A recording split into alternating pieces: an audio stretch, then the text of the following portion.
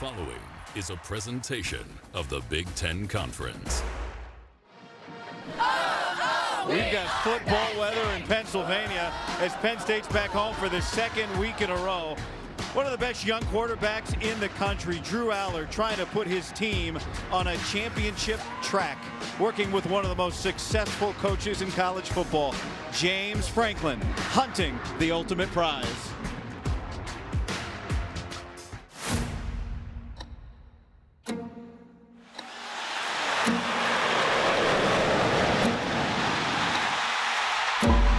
There's probably more noise right now on a national scale, but we're kind of used to this.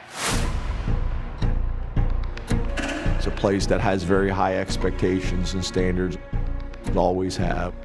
We embrace it. We've worked really hard to get to this position. People recognize and respect what we've done. But the reality is, no one really cares. It's how it all ends up at the end. There's unfinished business as a team. And how are you going to find a way now to be successful? Go out and earn it.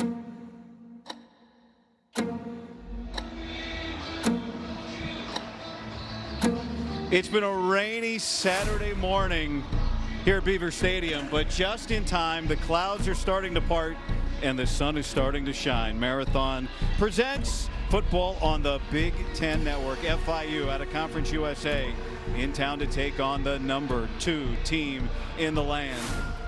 We've been here for 3 days enjoying ourselves, drinking it all in, and there's one question that has State College buzzing. Is this team a championship team in the making? Welcome Yogi Roth, Guy Haberman, Rhett Lewis down on the field. The number 2 team in the country.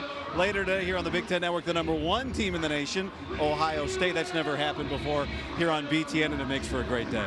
Yeah, I mean, if you love football, you love what today is all about. You referenced Ohio State. They finished the business James Franklin was referring to. Now, this team here in State College, they know why they all came back. It's a very mission-minded and veteran-laden team. They are juiced. They can't wait to run out of this tunnel and get it on this afternoon. It's been so fun talking to players this week. You heard Tony Rojas, who's done it many times. Dominic DeLuca, who's done it many times. They said right now in this moment, what it feels like as a player to be in that tunnel, it feels like being in a movie. Here they come.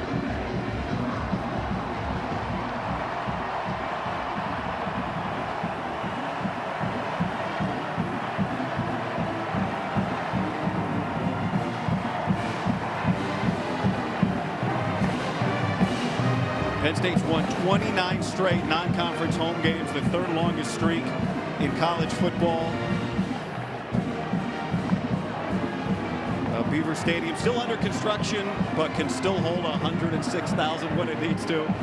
3 weeks away from Oregon being here for a whiteout game, but still a couple of jobs to do before then for these Nittany Lions. It's out on the field in pregame, and you just feel the energy. The grass is perfect. It's a little damp, but it feels like football in Pennsylvania in the fall. And with this team and all those players on a knee, they know the goal, but they know they have to go 1-0 this week. Their opponent, FIU. A dominant win over Nevada in week 1. Saw the offense be nearly perfect. The defense almost perfect in terms of keeping the opponent out of the end zone. Didn't punt last week. And for James Franklin, there's no doubt. The number 2 team in the country, that's a number that just matches the expectations that are always here. Rhett Lewis down on the field with James Franklin.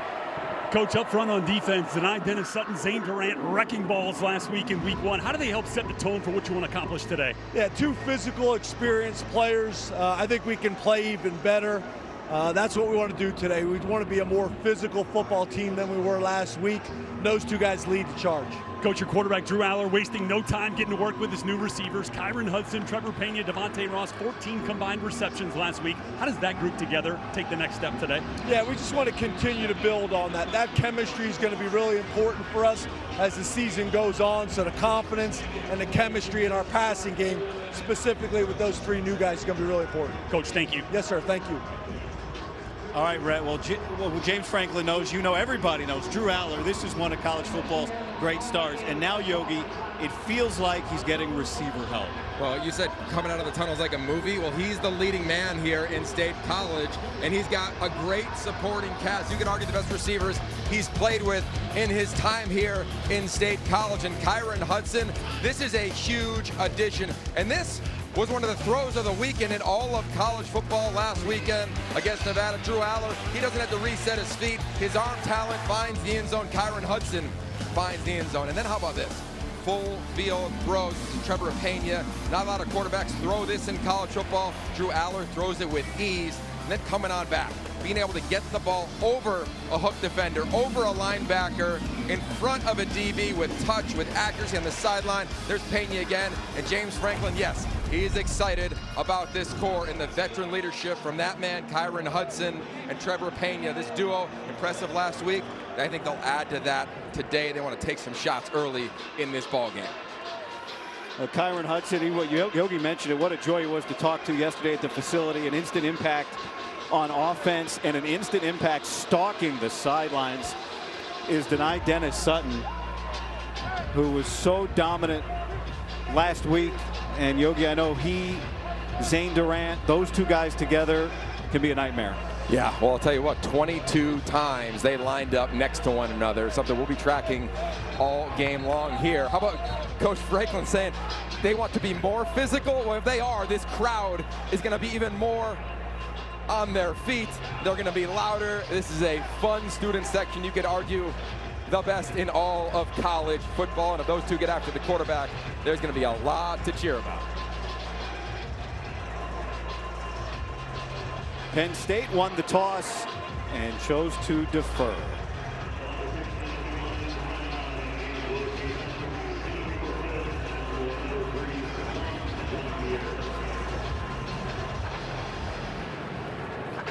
FIU, they had a dominant win themselves last week against Bethune-Cookman.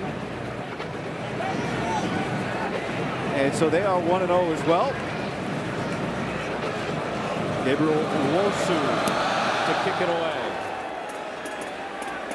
And it'll come out to the 25-yard line. FIU gets the ball for first. Kewan Jenkins is their quarterback. They call him lights out. Nobody calls him Kewan.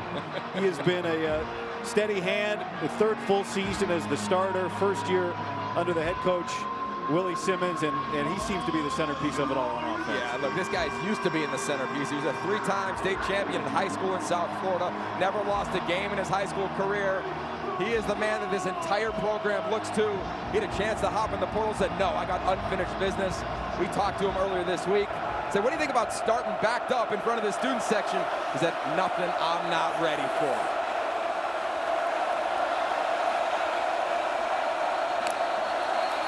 And movement.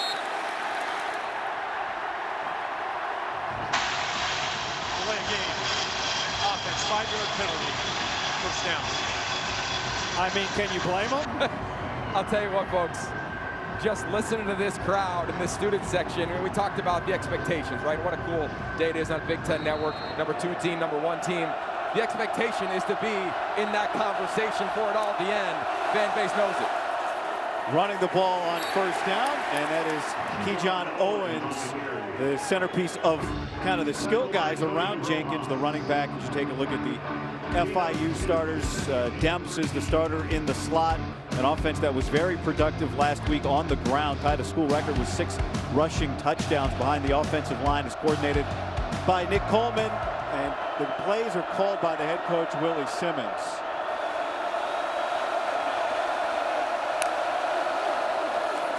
Pressure. And that is off the fingertips and incomplete of Alex Perry. And now it's third down. And take a look at the defensive starters. A Penn State defense that in total only was on the field for 54 snaps last week. But the big news this week, Zariah Fisher missed all of last season with a spring injury. Hasn't played since the 2023 bowl game. He returns. Rojas, Campbell, and Galuka. And also back this week is the nickelback Zion Tracy, who missed the opener. How about this? Keep an eye on Denai Dennis Sutton. He's just kind of lurking, just kind of roaming at the top of the screen. Third down. And it is Dennis Sutton who nearly gets home. Jenkins gets away and throws it away, avoids the sack somehow. Rojas and Dennis Sutton were there along with Alonzo Ford. Keep an eye on Dennis Sutton on this play. Double, you could argue triple team there at the top of the screen. Tight end, running back, tackle. Penn State, no number chance. 5 will be You got no jersey chance. 91 for the following play. Number 5 will be wearing jersey 91. Yogi also watching down here on the field. That was Zane Durant lined up as an edge defender, something to follow moving forward here in this game since he and Sutton end up on the same side of the defensive line so much. Devontae Ross is back deep. Denied Dennis Sutton was the man closest to the punter there, Trey Wilhoit. And now Ross trying to set it up. And he gets out to the 35-yard line, and now we get to watch one of the best in the nation for the first time today, Drew Allen. Well, the command that he has shown in this offense in year 2 under Andy Kotelnicki is so impressive. You look at him, immediately goes to the wristband. This is an outfit that's got a variety of tempos, but overall they look to number 15 for all of the answers. And he carries so much of the line of scrimmage.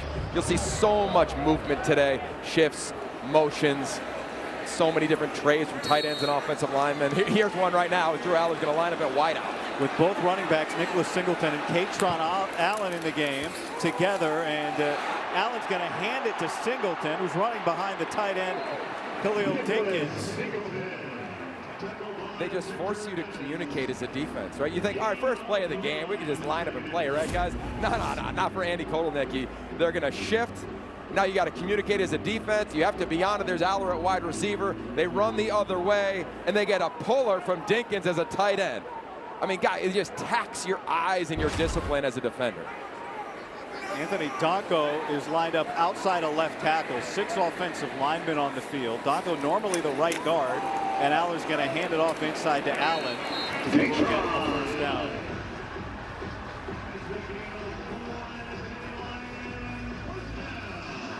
Well, it's a good thing you put both running backs in the starting lineup. Nicholas Singleton and Katron Allen, they were out there together to start it. You see 6 offensive linemen already in this game. Dawkins, the Warfel Award winner, the heartbeat, the center for this offensive line.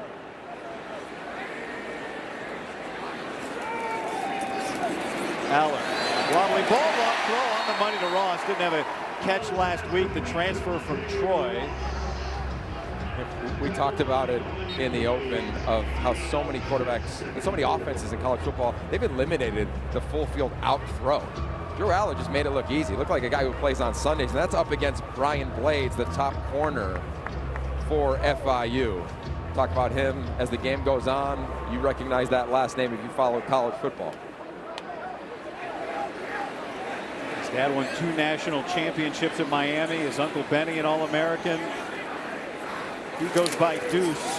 Here's Katron Allen again, and he gets popped for no gain. Take a look at the defensive starters for FIU. I think a Jovan DeWitt, Yogi, the defensive coordinator. Yeah, and a huge part is Johnny Chaney Jr. You'll see him in the middle of this defense. He's going to be the guy who has the green dot, meaning he's communicating to Coach DeWitt as your reference guy. And with all the movement and shifts, they've got to be so gap sound. They have to be so disciplined today with all the eye candy that they are going to see. Third down opportunity here for this FIU defense. This is where Aller's just special. Look at him checking at the line of scrimmage again. With pressure in his face, can't connect with Trevor Pena, and now it's 4th down. Kind of an in-between zone here, Yogi. Offense is hanging out right now. Yeah, I think this is kind of a 4-down territory for your offense. I thought Pena was going to be wide open down the sideline, ran a little bit of a wheel route. The thing with Drew Aller is that he can handle all of these situations, so he knows, hey, where the sticks are. Will I use my legs? Is FIU going to drop 8 and play coverage here? Will they bring pressure? Penn State team that didn't punt all last week because they scored on every drive except the kneel down at the end of the game. 9 straight drives to score last week in the opener. So 4th down and 5, and that's broken up and FIU gets a turnover on downs to start the game. Penn State still hasn't punted, but they didn't score. Timeout. Tonight, Dennis Sutton comes back to the stage. Next.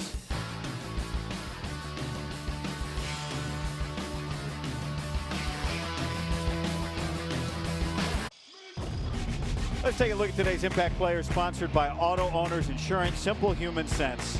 Can I make a prediction, guy? Okay. Every week, these two will be the impact players for Penn State all season long. I mean, they're two of the most dominant players defensively in all of college football.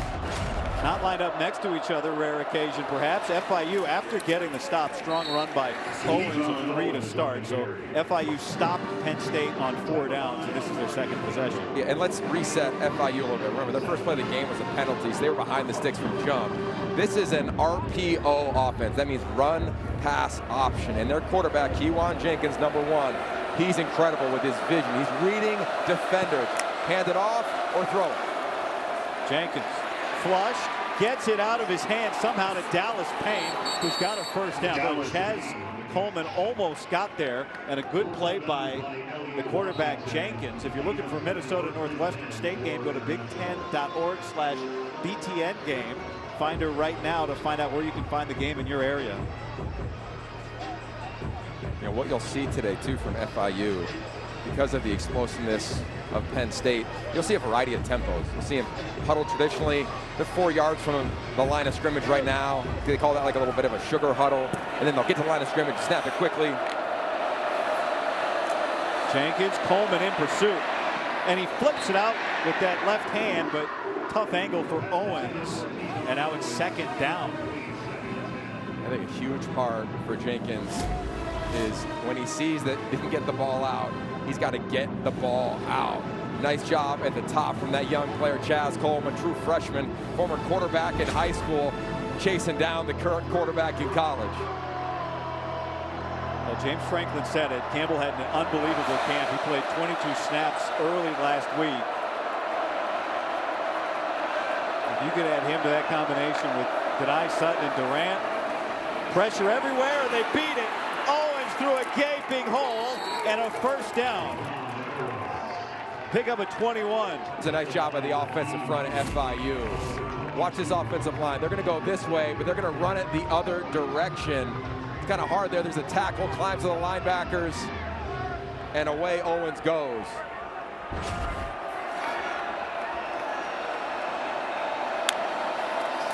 Here comes pressure, and Owens is able to avoid the loss. It was Deshaun Lane coming on the blitz from his safety position and tripped up the running back. Owens, he's one of the leaders of this team, really vocal all week long, knowing the opportunity that they have to go play at Penn State. And look, the environment can swallow you. We've seen this all over college football.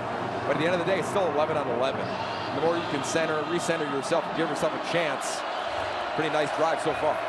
The 24th year of football, 22nd year of football at the FBS level for FIU. Jenkins goes under center. And he'll hand it off to Carey, the backup back, and he goes backwards.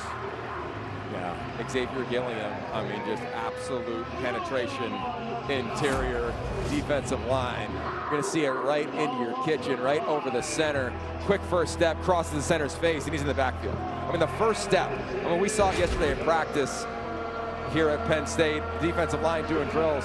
Sometimes you feel like you're around a bunch of basketball players. They're so quick, they're so explosive.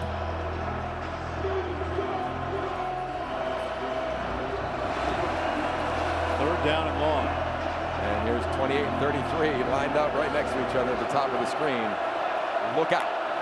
It's Uriah Fisher racing off the bottom, trying to get to Jenkins. He gets it out again to Payne, and he's pulling the defender. Eventually, Tony Rojas, no, that's Kenny Woosley, wins that battle. And now it's fourth down and short. Yeah, they're going for it. I love the aggressive nature here from Willie Simmons and company.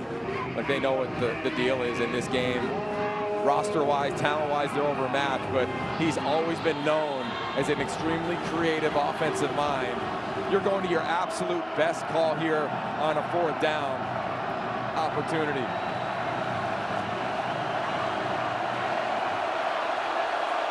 Couple of tight ends in the game, and now whistles because FIU needed a timeout. Took the timeout right before the snap. Charge timeout, FIU, their first of the half. It will be 30 seconds in length. Right now, the first 250 fans will get $25 off a Big Ten Plus annual pass. Stream nearly 200 Penn State games, plus 2,500 more events across the Big Ten this season. Scan the QR code on the screen or go to big10plus.com and make sure you enter FB20 when selecting an annual pass at checkout to take advantage of this offer.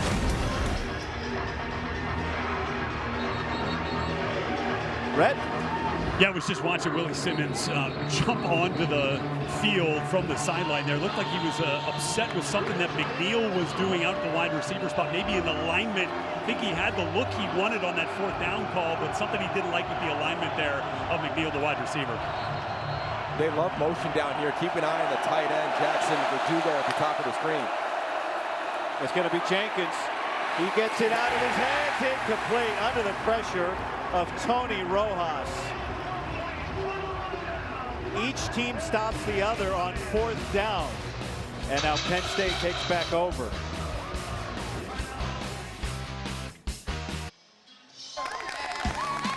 Oh, what a great atmosphere here at State College. Neither snow, nor rain, nor heat, no gloom of night. That's what the Postal Service says. We'll keep them away. A little morning rain, a little Pennsylvania drizzle, just nothing, right? The kid from Lackawanna Trail, Yogi Roth, back in his home state. This is nothing. No, it's good to be home, and this is just great to walk around campus, talking to students. We got to pop into a class yesterday. The excitement from these students in this student section, it is paramount. Second possession for Penn State after they stopped FIU on 4th down. Drew Aller with time to loft it for Devontae Ross, and he gets interfered with, and that's going to be a 15-yard penalty.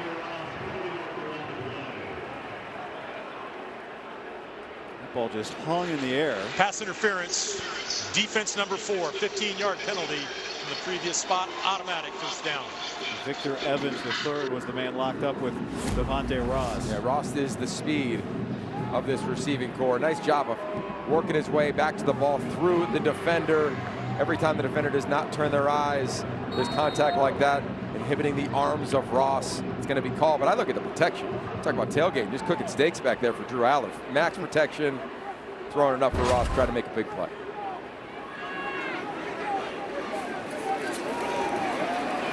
Singleton, big hole, and is able to get a big jump.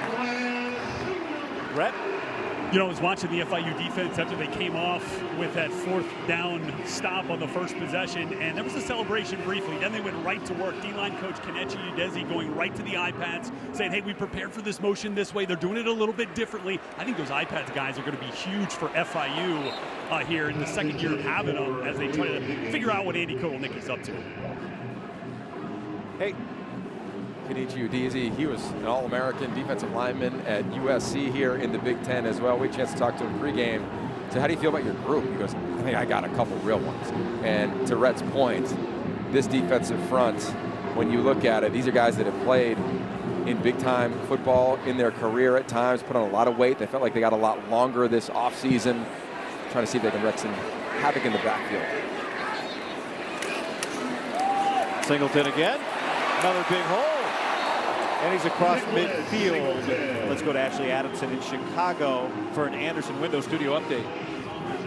Guy, this is what you call a good start. First play from scrimmage in Minnesota Northwestern State. John Nestor reads it perfectly. It's a pick six, 6 seconds into the game, and they just punched it in for another score. It's 14-0 Gophers.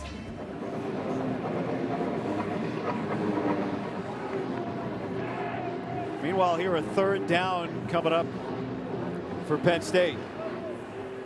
A couple of tight ends in the game, and Singleton gets the mark on the near side is short. The mark on the far side is a yard further. It's the near side official, so it's 4th down and 1.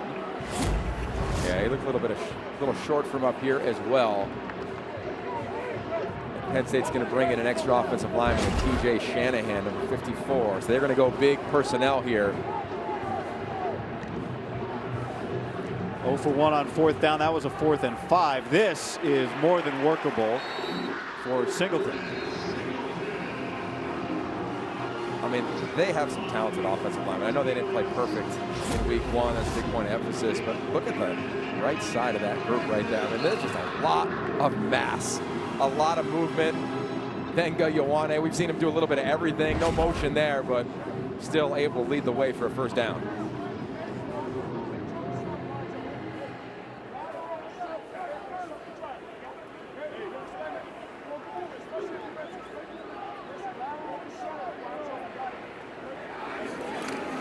There's Katron Allen.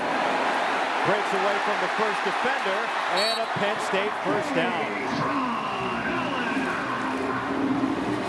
Guy, it might seem simple, but when Penn State trades and shifts and moves, I know they're going fast here, it forces the defense to really communicate. Aller, that exchange was a little bobbly, and then Dinkins can't make that catch. It looked like the ball got maybe bothered as he pulled it back from Allen. This is the previous play. Yeah, and watch. Here's their running back. You go from the right of the quarterback to the left of the quarterback. You're just forcing the defense to adjust just 6 to 8 inches a little bit, but that is enough. That is more than enough for Katron Allen to find a window and an explosive run. 8th play of this drive after the red zone 4th down stop. Here's Allen again, and he spins off the first man. Jermaine Carter gets 3, where a lesser man would have been stopped in his tracks by the big defensive lineman coming in at 275. Yeah, that's a nice play there from Dante Anderson. Talked about some of the defensive linemen playing at other places. He's a transfer from Florida State. He's played in big environments. And I think when we see look at that shot, by the way, oh my, I mean, this is what college football is all about, man. But when you see the trading, the movement, the shifting, there's so much communication that has to happen amid the front 7 on the defense.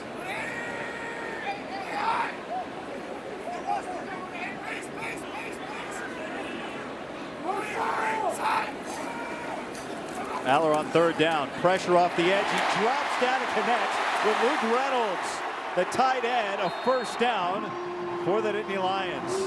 It's a really nice job. Talk about veteran leadership from Drew Aller, sitting in the pocket, know he's going to take a shot, like the combination route, a little delay outside and breaks back inside. Perfect ball location on that front number. And Aller says, I know I'm going to get hit, but I know we're going to move the sticks. Little sidearm showing a variety of arm angles. And look, he's a legit Heisman candidate, folks. I mean, anybody watching college football knows that when you see number 15.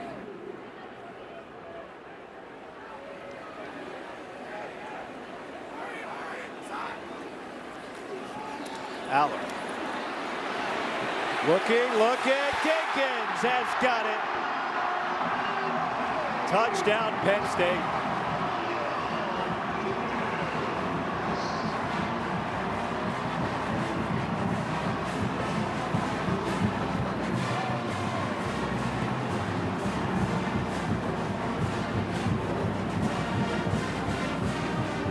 Kept Dinkins in the game late last week against Nevada so he could get a touch. This week he gets the first touchdown. Yeah, well, I just love, look at the eyes of Drew Aller. He sees Dinkins, waits, he baits the defender, and just perfect touch. Again, over the linebacker, perfect location. Dinkins makes up for a drop on the drive for a touchdown. Ryan Barker on for the point after, and it's good. The last week was about the receivers, but just because 44's gone doesn't mean you can stop covering the tight ends. Timeout on the field.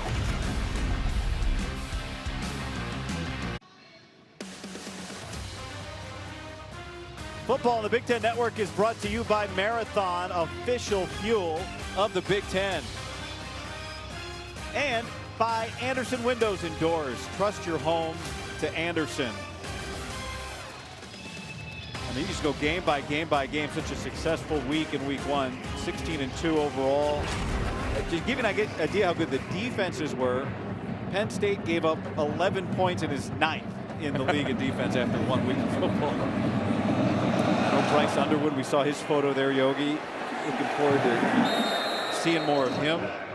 this year. Let's look back at that Penn State touchdown. Yeah, we talked about the theme of all the movement and the shifting and the motioning. Look at Khalil Dinkins from one side to the other side. There's so much communication that has to happen defensively. He lines up here. Watch him just work the route as the play evolves. Drew Aller understands it's going to take a little time. Dinkins gets banged a little bit. Perfect location. Trust from one vet to another. Yogi, you know, also in dealing with all those motions and shifts and everything, was listening to the FIU defensive line again coming off the field. Keegan Davis, their defensive lineman, number 44, was saying, we got to hear it. We have to hear the calls we're making. Communication is such a key. And even though the crowd isn't at full throat when Penn State is on offense, that baseline decibel level can still cause some issues. You can practice, Brett, as you know, as a player, you can practice with crowd noise, but nothing really can simulate what it's like here in Beaver Stadium. Not to mention what it must do to your heart. Second down.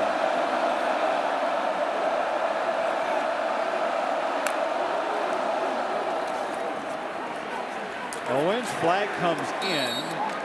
Maybe gets a yard. We'll check on the penalty. Tim O'Day. Holding.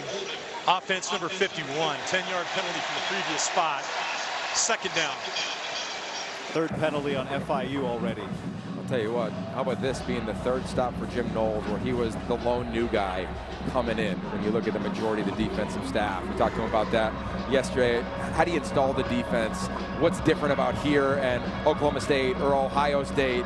There's the extremely well-known defensive coordinator right in the middle of the screen. And he said, look, when I came in here, it was such a veteran group that I didn't have to start from scratch. It wasn't like this defense was down. It's been one of the best defenses in the country for quite a long time under James Franklin. Here's the backup back, Anthony Carey. So to that point, when he came in and started installing his defense, he said, well, we carried over some of the language from a year ago because we have all these vets. I mean, you just look at the field right now. You see Dominic DeLuca, three-time captain, Tony Rojas. I mean, you see some players that have played so many snaps here at Penn State. He said, I wanted to make sure they can get up to speed as quickly as possible. And they have done that because this defense has played fast. They have played fearless. And now we got denied Dennis Sutton back on the field at a defensive tackle position. One of the most explosive defensive players in America. With Eni White outside of him, and now he moves to the other side. And pressure up the middle. Jenkins escapes again. He's done a good job of that today, directing traffic. His tight end, Justin Cayenne, very close but shy of the line to gain. A pickup of 12. Kewan Jenkins, just imagine this at home. And to your point, here comes number 33 into the picture. Spin move. You got to see, you got to keep your eyes up. And they live to 4th and short. And it looks like they're going to go for it. Nice job by Jenkins keeping his eyes up. He's not a guy that's going to QB sneak all day long. So I'll be curious here what they try to call. I mean, running right into the teeth of this defensive front is not the easiest of tasks. Play clock is at 5. And now the crowd's getting louder. And did they take a timeout? Yes, they did. FIU took its second timeout. We'll see if they keep the offense out ahead of a 4th and 1. Their second of the half. Timeout on the field.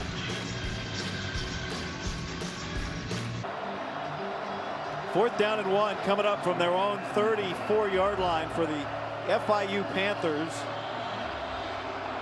They've had their most success with misdirection type plays when the tight end is going one way just to slow down some of the edges and linebacker play of Penn State. Quarterback Jenkins, quick throw, gets it out to McNeil, and he's got a first down. That's a great play call from head coach Willie Simmons. He doubles as the head coach and the play caller. Nick Coleman is the offensive coordinator. Offensive line goes right. You're thinking they're going to run it that way. They bring Rojas. He bites just enough to get the ball out for the first down conversion to Kyle McNeil. Really, really impressive play call. So Penn State had a 4th and short conversion on its drive that resulted in a touchdown. And back to the ground to Carey. And he gets a 5-yard pickup on first down. Let's go to Ashley Adamson in Chicago for an Anderson Windows studio update. Guy, it's a busy day. Out to Bloomington we go. Indiana's offense looking more in sync than a week ago. Fernando Mendoza to Elijah Surratt. Hoosiers up 2 scores on Kennesaw State still in the first quarter, guys. Big challenge for that FIU offensive line today, Yogi. Yeah, well, look, they feel as though they're up for it. I mean, they got 3 transfers, 2 from Power 4 schools, NC State and Miami. They'll play 7 today. Nice job on that first down. Carry again. Oh, he didn't like the view and found a worse one. Well, that's the problem. That's Jalen Harvey making a play. They're doing a decent job, I think, against the interior. That's Penn State defensive front guy. For the most part, when it's not denied Dennis Sutton, they've held their own. I mean, they're clogging it up. They're double teaming. It's these edges. They're so fast and explosive. And then here come these linebackers to fill. And I'll tell you what, it's been fun watching this stadium fill today, Martin. First quarter, timeout. Sun still breaking through here at State College. 1 quarter of football done.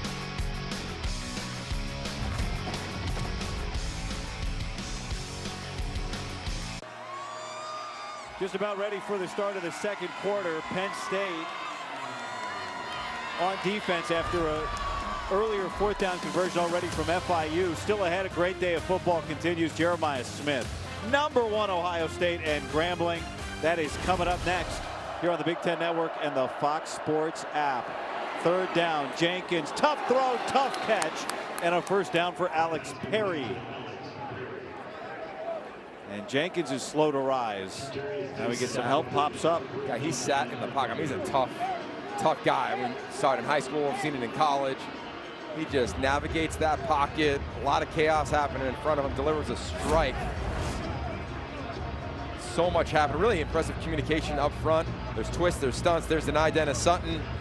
I was curious up here if it was a catch or not. Let's take a look. Does that ball touch the ground as it's loose? It's not. Carry churning for a couple yards. Let's take another look at this.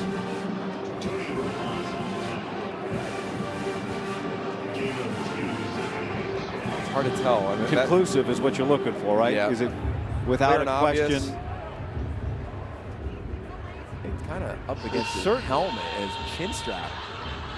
It's certainly moving there. The question is, did that hit the ground or not? 9th play of this drive coming up. I'll tell you, this offensive line is settled in. And what Penn State's trying to do is find one-on-ones with their top edge players. They bring pressure. They flip it to McGuire. Anderson, good blocking on the edge. First down and a big play. Coming up for the hit was King Mack, but a huge gain for Anderson.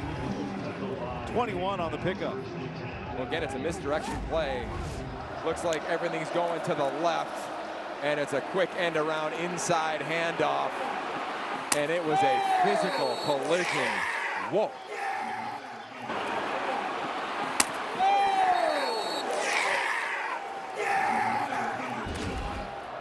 Everybody fired up down there. My goodness. Jenkins under pressure throws an interception. Alonzo Ford.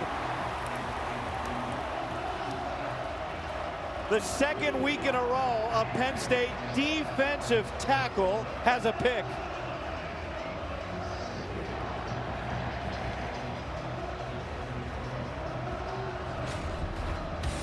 Well, if you were sitting on your hands, you are no longer. Alonzo Ford, he's standing up. This defensive line is rising up.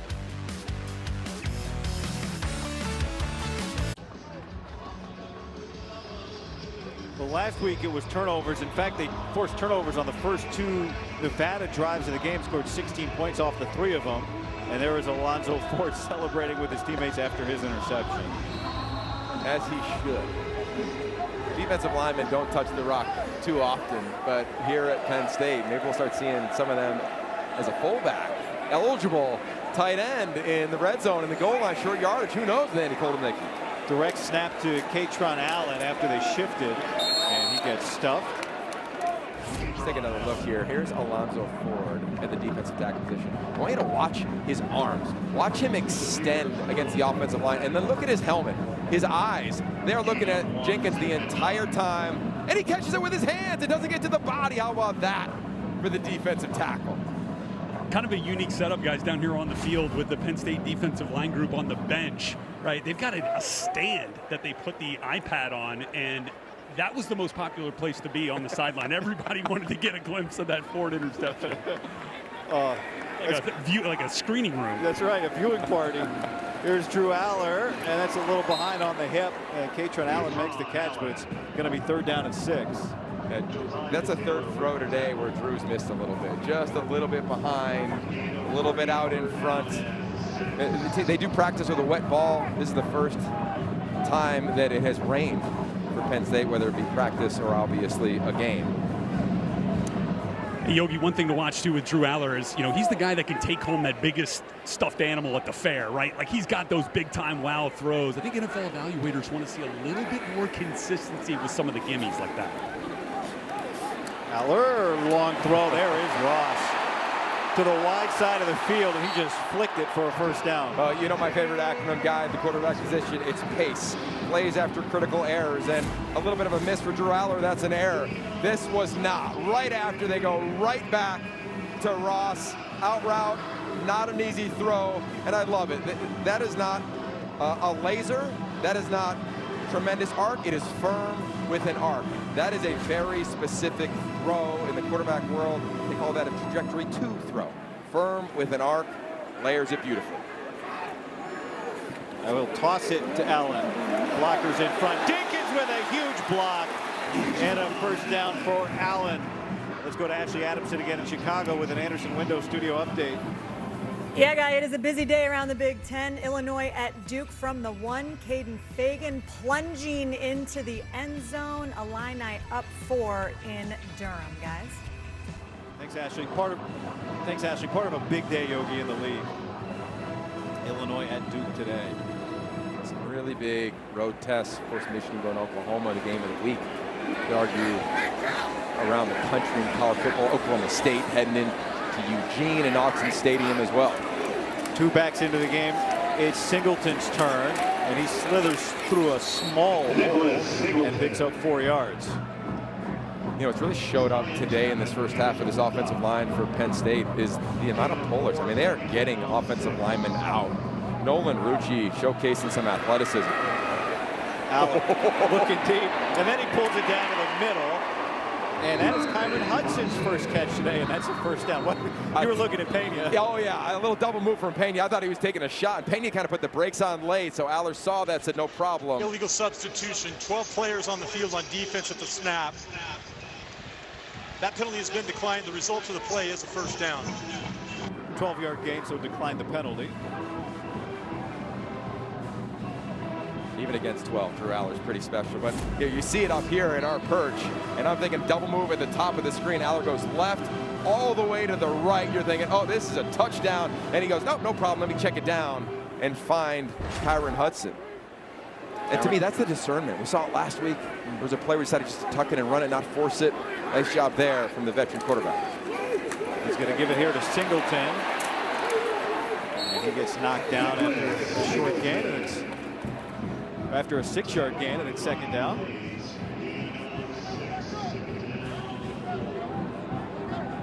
Kyron Hudson had the career-high 6 catches against Nevada. And we talk about the adjustments on defense, new defensive coordinator Jim Knowles, but Kyron Hudson, you mentioned off the top, in from SC. Trevor Pena in from Syracuse. He was 2nd team All-ACC last year. And what those two also have in common is they were captains at their previous school. So they've brought in just another layer of veteran elements. There's a double move again. Lofts it. Hudson. That was a difficult play for him to get through the defensive back. He wanted a penalty. It's incomplete. Yeah, they try a little wheel route with Hudson. We've seen that called. We've seen it not. Often the DB has to turn and look. Not happening there. Usually when the wideout has to jump back into the DB on an underthrown ball, you do see PI. James Franklin looking at that replay as well. And I feel like, Coach, I mean, I feel like we always see that get called when is an underthrown deep ball. 9th play of this drive.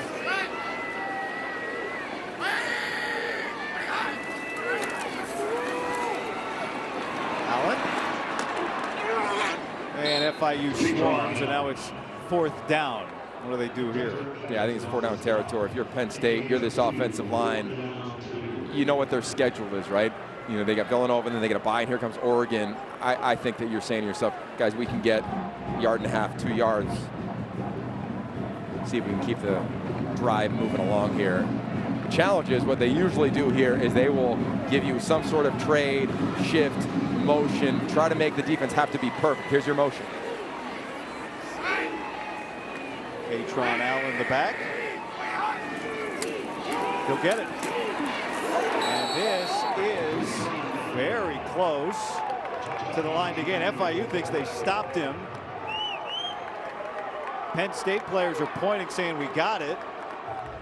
And the official ruling is turnover on downs. Yeah, it looked short. It's a from stop up here, guy. And I thought this was one Drew Aller could have kept it on the zone read. FIU saying, thanks for not keeping it. We're going to make a stop, and we're getting the rock back.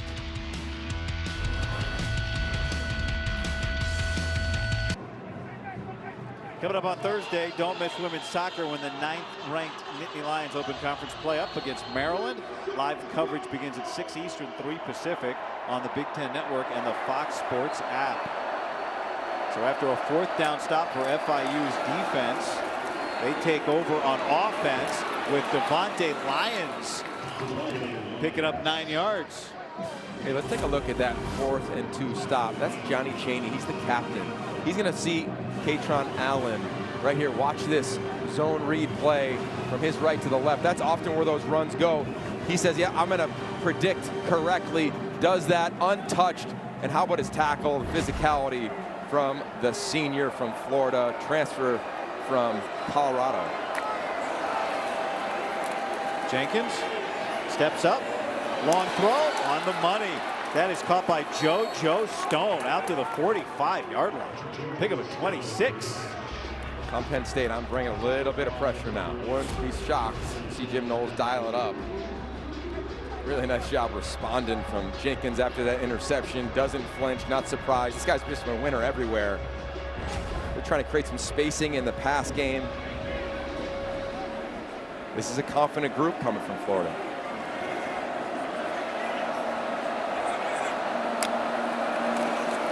Jenkins, quick throw, and that was behind Stone.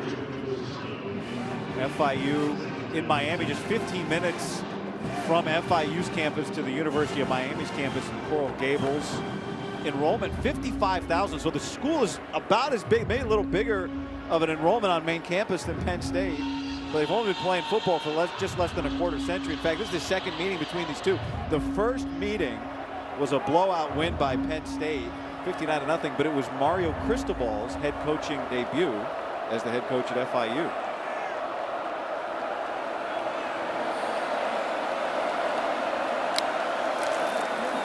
Back to the ground. That ball almost came out on the exchange, and Dennis Sutton is there. He's fun. He's a little bit of everywhere. Some of the notable alumni: Ty Hilton, the actor Andy Garcia, and somehow your friend Raja Bell. Well, his son Dia was the Elite 11 MVP, which is your top quarterback camp. Drew Aller was a part of it. Actually, the entire quarterback room at Penn State has been a part of that. Big third down here for FIU. I'm bringing pressure on Penn State. I got to heat this quarterback up. He's finding a little bit of comfort here late in the second quarter. Penn State showing pressure, backs out of it. Denied Dennis Sutton in pursuit, and that almost gets picked as well. Zane Durant was there, and Dennis Sutton was just stalking and stalking on Jenkins. Santa pulled up in time. Look, there's one thing to try to block, deny Dennis Sutton. There's one thing to try to use misdirection. There's another thing trying to run away from him. Oh. I mean, he is. Doesn't he remind you of Myles Garrett? I mean, he's bearing Penn down State's on number you. 8 And they do a nice job defensively. Watch this entire play. defense just Number kind of 8 punch out up here. There's nowhere to 95. go. There's absolutely nowhere to go. So they look like they're bringing pressure, and all of a sudden they punch out late. Really nice job by this group. Believe it or not, with 6:33 remaining in the second quarter, in a 7-0 game, this is the first punt of the day. And it's blocked. Dom DeLuca What can't he do? The former walk-on, three-time captain. And you are watching a man living a dream.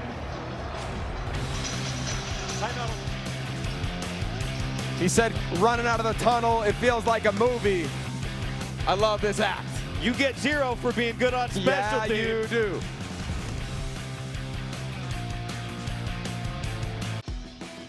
When the number 0 came into college football recently at Penn State, a new tradition was born for a special teams ace. It just so happens that the special teams ace is also a three-time captain star linebacker, Dominic DeLuca. He just blocked the punt.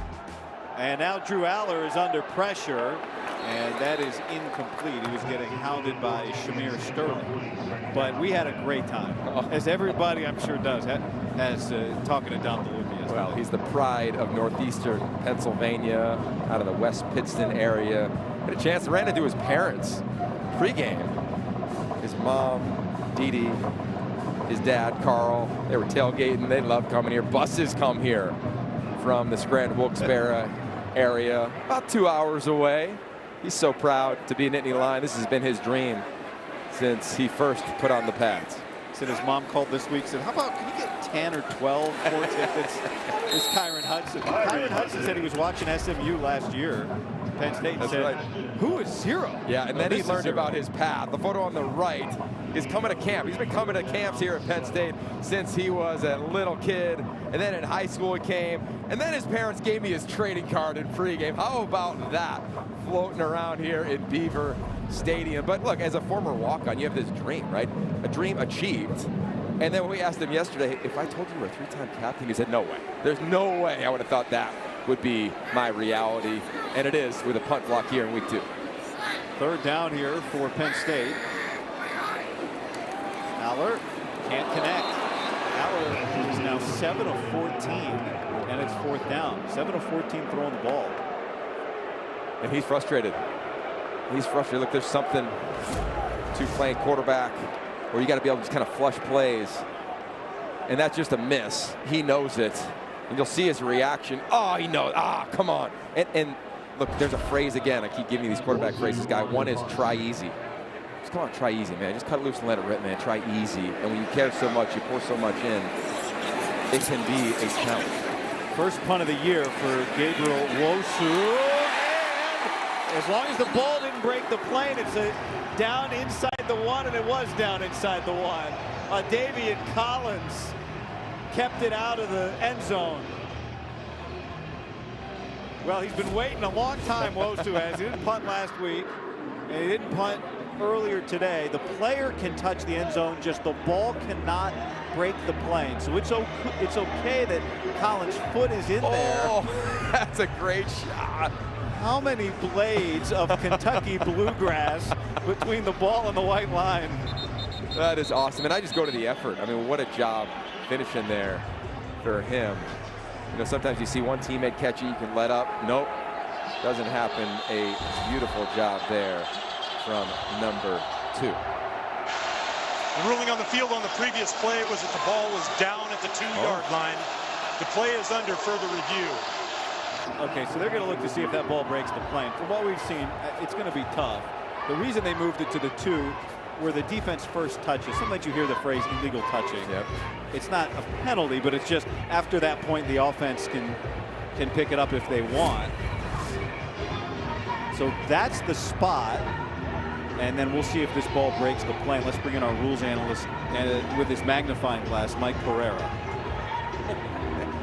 You did a good job covering. What do you think, Mike? It's very close, and they're putting the ball at the 2-yard line because there's 2 spots of a touch violation.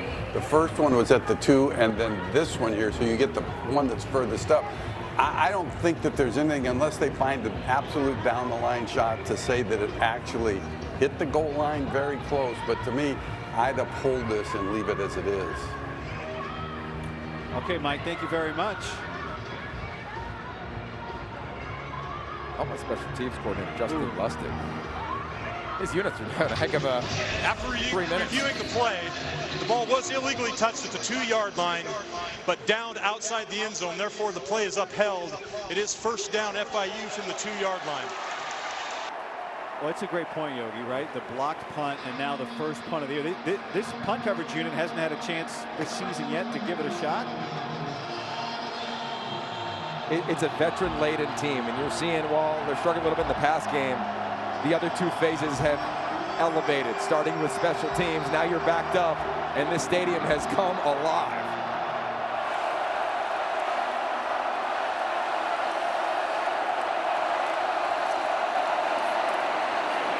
Handed off out of the backfield is Kajon Owens for a couple yards.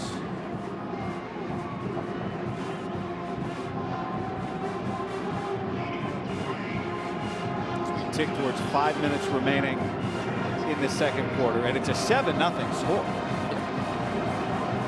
No Zane Durant on the field this drive. James Franklin said they would have him on a little bit of a snap count, probably no more than 30, 35 plays for him on defense today. Jenkins, little miscommunication. His receiver was blocking Kyle McNeil, and that sails harmlessly incomplete. What I'd imagine Jim Knowles is going to do here is keep an eye on Deni Dennis Sutton. They know that FIU is going to try to double team him just to protect against the most aggressive, talented edge rusher in the building today. So they'll move him around to try to find a one-on-one matchup. That's where you've seen him today move nose tackle, defensive tackle, wide on the edge.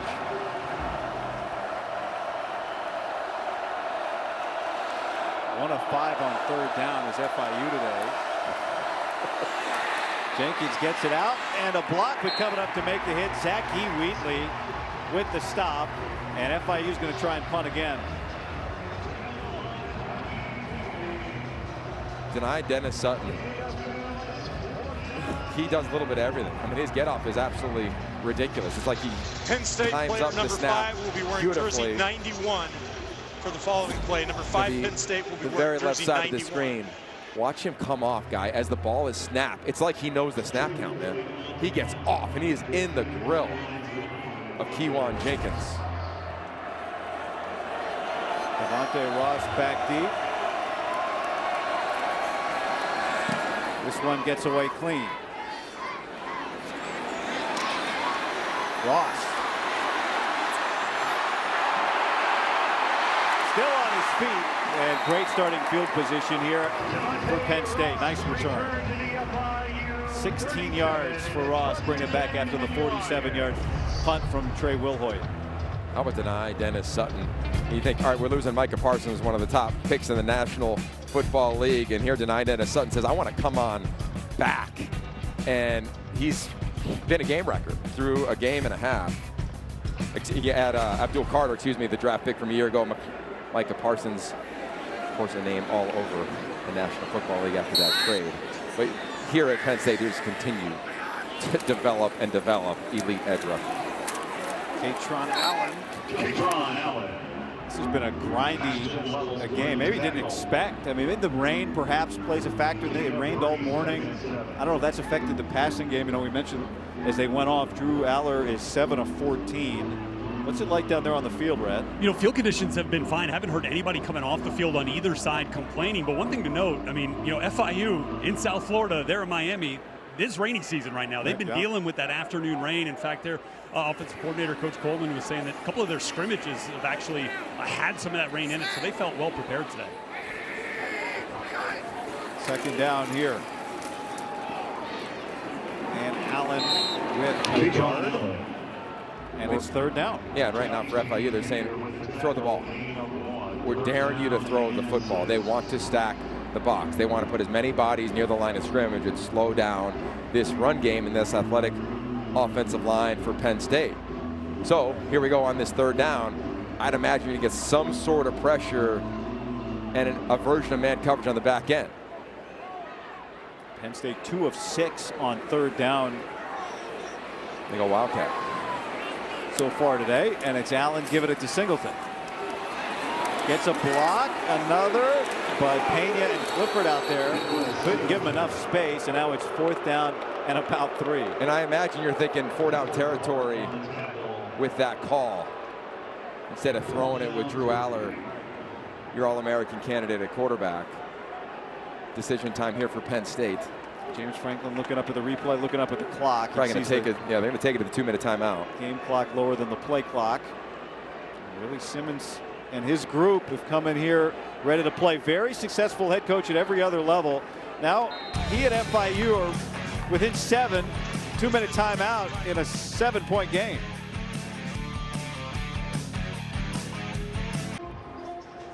Coming up on the halftime show, sponsored by TIAA. Rick Pizzo, Jerry DiNardo, and Brock Farine will take you through the first half highlights and get you up to speed on a busy Saturday across the Big Ten. Some big games, Illinois and Iowa.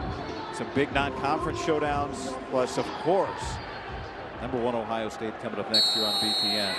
4th down for Penn State. After the 2-minute timeout, Katron Allen is the back beside Aller, and they may be trying to get FIU to jump. Let's see. Play clock is now at 10. Hard count from Aller. We'll try another. And they snap it. And Aller throws complete. Luke Reynolds, first down and more. How about that sequence from the offense? Yeah, really good patience. Drew Aller recognizing man coverage. Kyron Hudson taking his corner action levels down the field right in front of you there. Easy pitch and catch. Nice job. Get a little swag back for number 15. And now a little tempo, and that's broken up. Good defense that time from Josiah McGrew. The previous play, Yogi, is Aller actually making changes, or is he trying to get the defense to think they're not going to snap it? Well, I think it's a little bit of both. You saw him the first time, you're thinking, okay, he's just trying to see if they can get him off sides. And oftentimes, Drew Aller, with his expertise, you see him going to his wristband. There'll be multiple plays that he's got to read through.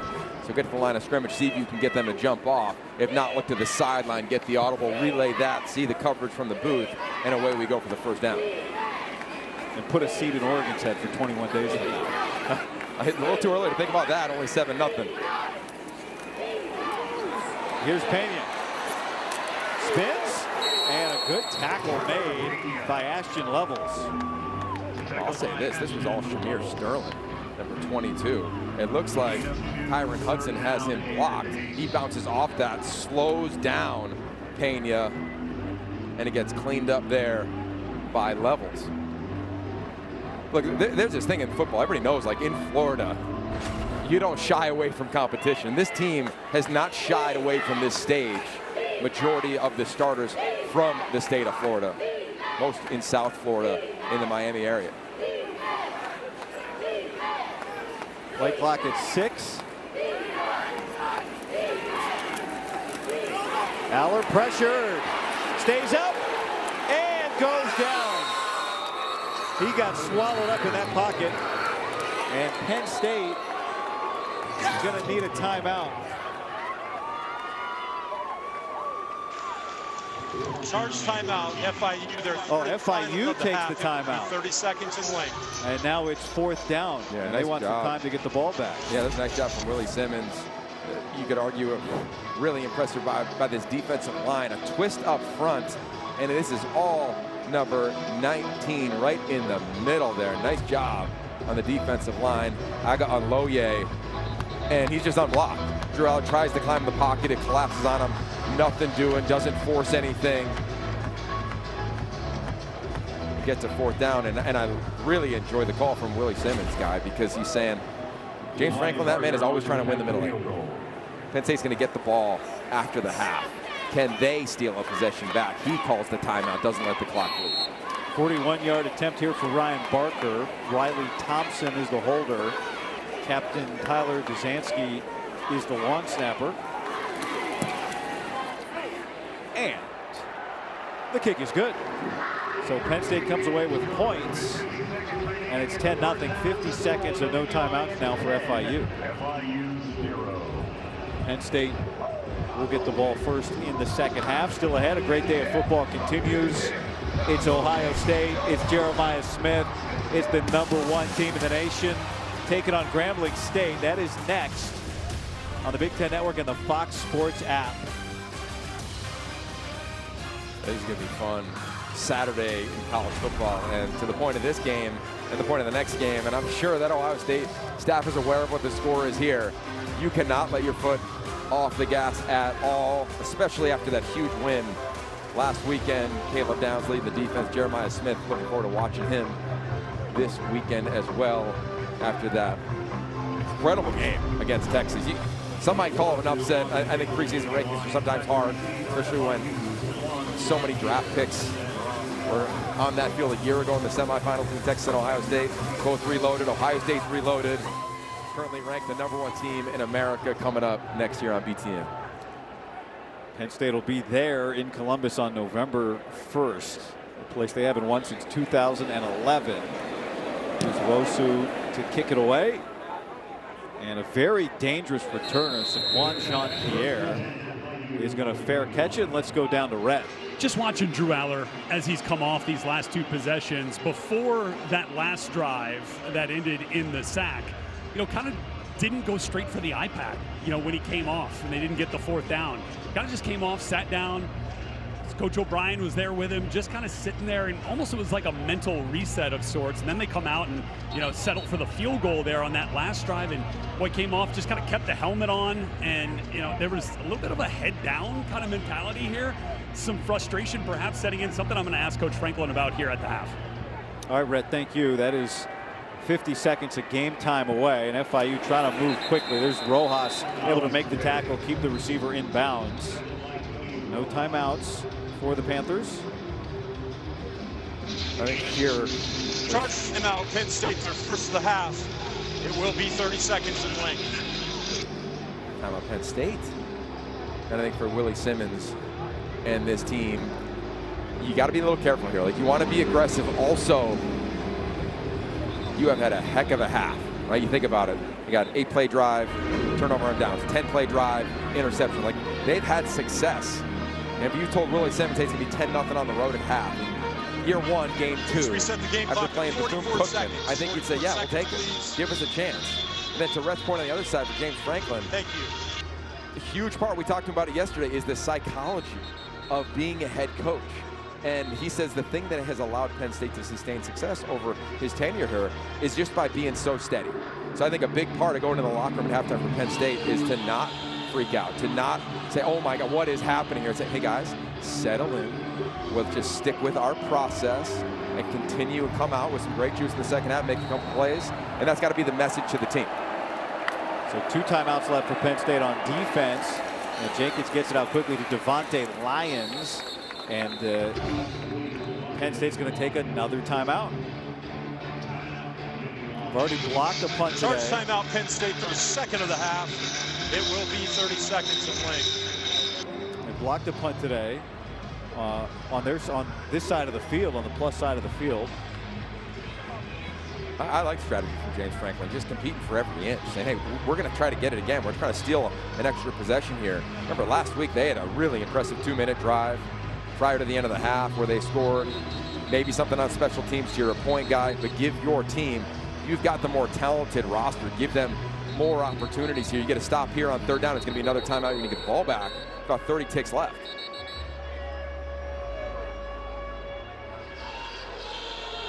Third down and 3 here for FIU. You have to keep this ball on the ground if you're the Panthers. This is where I think you don't. I mean, I get that thought process.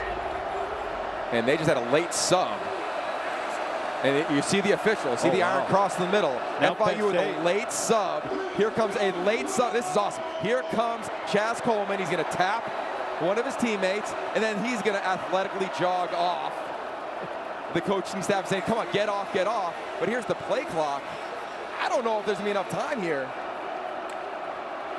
They just got it off, and Penn State gets the stop, and now they'll take a timeout. How about the Malachi Williams pretending like he didn't know? Timeout, Penn State. It will be 30 seconds in length. And I should say pretending, but Malachi Williams is the guy they're going to sub for. He's 20. He's standing up there on the far edge. Watch this. He's right there, guy. No, there he's at 20 at the top. Now he goes, oh, it's me. Okay. Oh, yeah, you're saying on defense. Yeah, I'm saying on offense. The wide receiver who comes on in. He comes in late from the sideline. The Penn State, and you called it out, Yogi, their sideline jumped into action when they saw that late sub and said, let's get somebody out here. Well, here's what happened. Samaje Demps seemed to come from the sideline. I think Willie Simmons saying he wasn't on the sideline, but if you come from near your sideline, it still seems as though you are bringing a sub onto the field. So the officials, when they see that, and there's a muddied area on your sideline. Jersey 91 for the following play. 5 will be wearing jersey 91. They were going to put the iron cross up like they did. And now whistles as that got snapped, but they'll re-snap that. Remember, the defense gets 3 seconds. The ball was snapped before it was ready for play. The ball will be replaced and it'll be 4th down.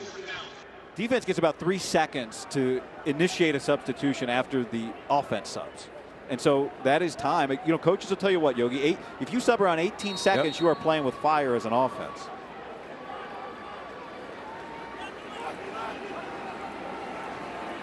The dangerous Devontae Ross, he's had a couple of good returns, is back deep. Penn State's blocked a punt already today as well.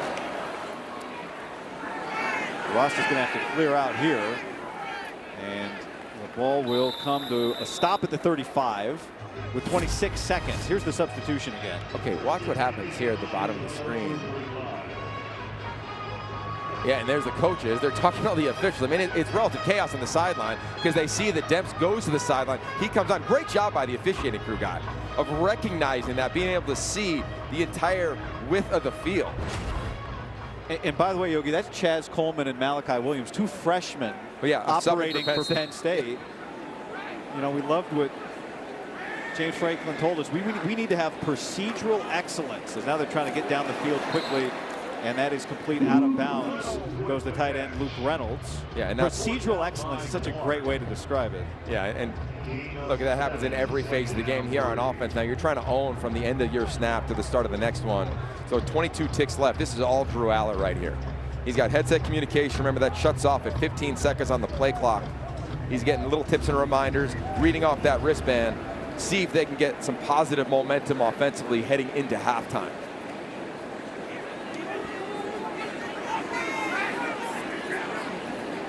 Pena, the man that goes in motion. Allen, there's Hudson, middle of the field, is going to stop the clock for a first down, and they're out to the 50. Okay, now you got to go. Clock stops, 17 seconds, and this is where they've had success. Exactly a week ago, 2-minute drive. This is a drill they do every single day in practice, 2-minute drill. Aller, Reynolds, again, and again it's a first down, so the clock stops while they move the chains. Huge part in the 2-minute offense. I think there's just holes down the seams. Keep an eye at the top of the screen. Trevor Pena. They snap the ball as soon as the clock starts.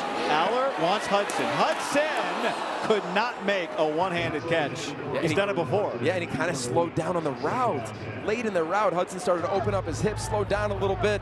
If he keeps going, maybe he can go catch that with 2 hands and open up his front shoulder.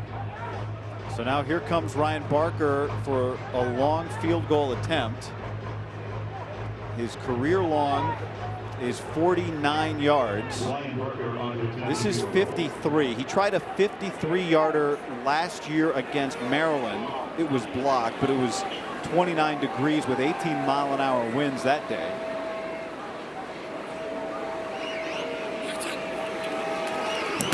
And that gets blocked. And as long as Penn State doesn't go touch it, or they can touch it and put it down, the half is over. That was nearly perfect execution by Penn State, but FIU makes a play heading to the locker room. That is the end of the first half. Timeout on the field. The block. The special teams unit just siphoning through. That looked like 23. The freshman McGrew, Josiah McGrew, he's having a heck of a game, as is FIU. Well, it hasn't been perfect, and they have found a way to get it done. The man that was known as Shotgun as a player for his big arm as a quarterback, and his team, they're playing well. Let's go down to Rhett with the head coach, James Franklin. Coach, 4th down seems to have had such a huge impact on this first half, whether it be offense, defense, block punt, just had the block field goal. What have you seen from your team in those situations? Yeah, well, we got to get first downs on 3rd down, so we're not in the 4th down situation in the first place. Been a little rusty. We'll get them cleaned up at halftime and come out and finish those drives off. Seems like a little bit of frustration for your quarterback, Drew Aller there. Seems coming off a couple of times. How do you get that unit rolling in the second? Yeah, we just got to catch the ball. We got to throw a few more completions. We got to run the ball better. Really all of it. We'll get it cleaned up. Coach, thank you very much. Thank you.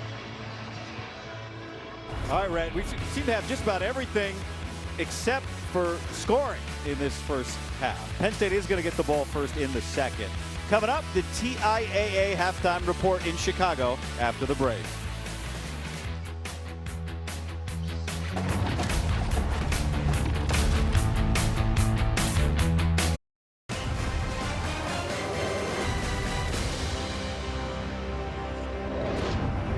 Perhaps a tad more snug in State College than we all expected. This Drew Aller to Khalil Dinkins touchdown, the only touchdown of the first half for Penn State. Nittany Lions lead FIU 10-0. Welcome inside the Big Ten Live halftime, presented by TIAA. Rick Pizzo, Brock Vereen, Jerry DiNardo. Conservative game plan offensively so far, Brock, for Penn State. Maybe the weather having a little bit of something to do with that, but as James Franklin told Rhett Lewis, we have to run it better. We have to throw it better. We have to execute better in every offensive phase. Just about everything. And my eyes are on the offensive line. And the weather should be helping the offensive line because it slows down the pass rush that they're struggling mightily with. Now, you go back to last week, Nevada got after this Penn State offensive line. And I see the same thing now. I see confusion. I see miscommunication. I see free runners. And I see an uncomfortable Drew Aller. They're running the ball fine, but major issues in throwing the football. You know, Brock, at practice, when we went there on the bus tour, they had 22 offensive linemen. They all could bend. I mean, they were really, really athletic. So I'm really surprised that they're playing as poorly as they are. But this team's the ranked second team in the country. They lack energy. The longest run is 20 yards. The longest pass is 14 yards. For the second-ranked team in the country, that can't be their offense. Until they get more explosive, they'll win today. But until this offense gets more explosive, they're not going to reach their goals. From a positive standpoint, defense has been really good. And that FIU quarterback, Kewan Jenkins, is a monster. He is a monster, and they're handling him, but certainly they want a little more from the other side of the football. Yeah, the defense is playing well, Rick, but again, this is the same as we saw last year with the wide receivers. The three portal guys have only caught 5 passes. Between the three of them. Yep, this is one of those games you're not supposed to win. You're supposed to dominate, of course. Let's slow the roll a little bit. 60-minute game. Obviously looking for a lot more from Penn State's offense in the second half. As for some other games currently taking place, well, it's a game because it's being played. It's not necessarily much of a contest. First play of the game for Minnesota against Northwestern State. John Nestor goes the other way with a pick six.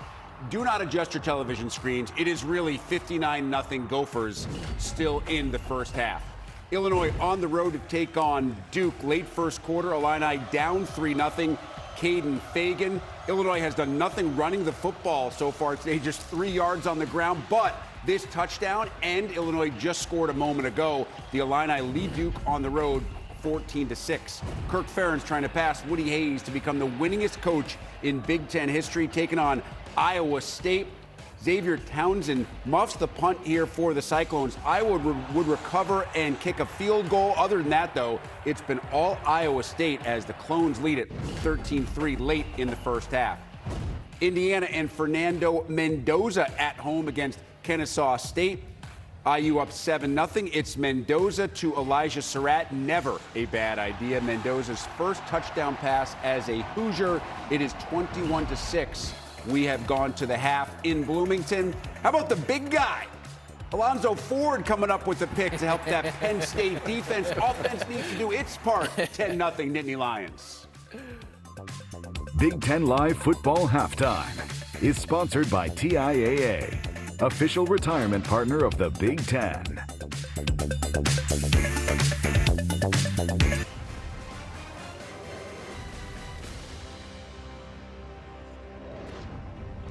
Big Ten Live Football Halftime presented by TIAA. Rick Pizzo, Brock Vereen, Jerry DiNardo. We are thrilled to have the #1 team in the country coming up next here on the Big Ten Network. It'll be Ohio State taking on Grambling State, 3:30 Eastern times. Pair of games in that 7:30 Eastern window as Nebraska and Purdue each play at home. And for the second consecutive week, it'll be Washington as the Big Ten Network Saturday nightcap. Also for the second consecutive week, Ohio State inside the friendly confines of the horseshoe, but last week it was number 1, Texas. Grambling State not expected to put up that kind of challenge this week for the Buckeyes. So, Jerry, what do you look for in a game like this if you're Ryan Day and Ohio State? I look for maturity, unforced errors. Are we on sides on offense? We're not jumping off. Are we jumping off sides on defense? Are we having substitution mistakes? All the things that are mature, concentrating on the game that you're playing. And I would think no explosive plays by Grambling, but explosive plays on Ohio State's side. They didn't have many last week. No, they didn't. And for any Ohio State fan expecting Julian Sain to right the wrongs of last week and throw the ball across the field for 500 yards, I would say just hold on a little bit, because establishing the run is going to be much more important. Even with 2 drops last week, is there anyone in the country that doesn't think Jeremiah Smith is not a great wide receiver? He's fine. They're fine. It is much more important to get James Peoples and C.J. Donaldson going. Any concern, Jerry, from a coaching perspective, that you come off such a monster win that your team is not dialed in from the jump? Not concerned about losing, but concerned that they don't play up to the level that they're capable of? There's absolutely concern. And you have to look at it like it's a business trip and we're not going far for the trip. And we better have our heads into the game. And again, if we're jumping off sides, if we have substitution issues, then, Ryan's got to get the group together and say, hey, there's only one reason for this. Your head's not in the game. My guess is they're going to play really well. And I know that you don't believe Julian Sain's going to throw the ball all over the yard. I'm telling you right now, Jeremiah Smith, he's going to be open a lot on Saturday afternoon. And he's probably not very happy about dropping 2 of those balls last week. Expect a big game from the best wide receiver in the country. This is the TIAA halftime here on the Big Ten Network.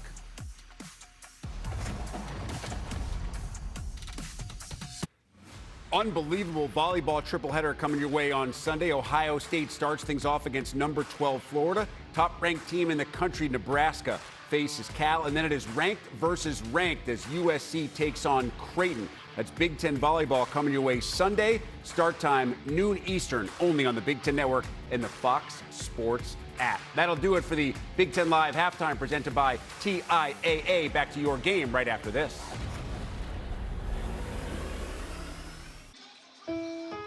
Time for today's Big Impact Research, where Penn State College of Earth and Mineral Sciences professor John Morrow and a team of students and researchers have invented a new type of glass. Lion glass is thinner yet more durable and requires only half the energy it takes to produce standard glass. The team is working to bring this product to market as Lion glass sets a new standard for sustainability and brings potential for commercial use. A little rain earlier today. Things cleared up just before kickoff, about 20 minutes before kickoff. The field's dried out, and a great crowd here today. And they've maybe seen a little more than they expected from the road team.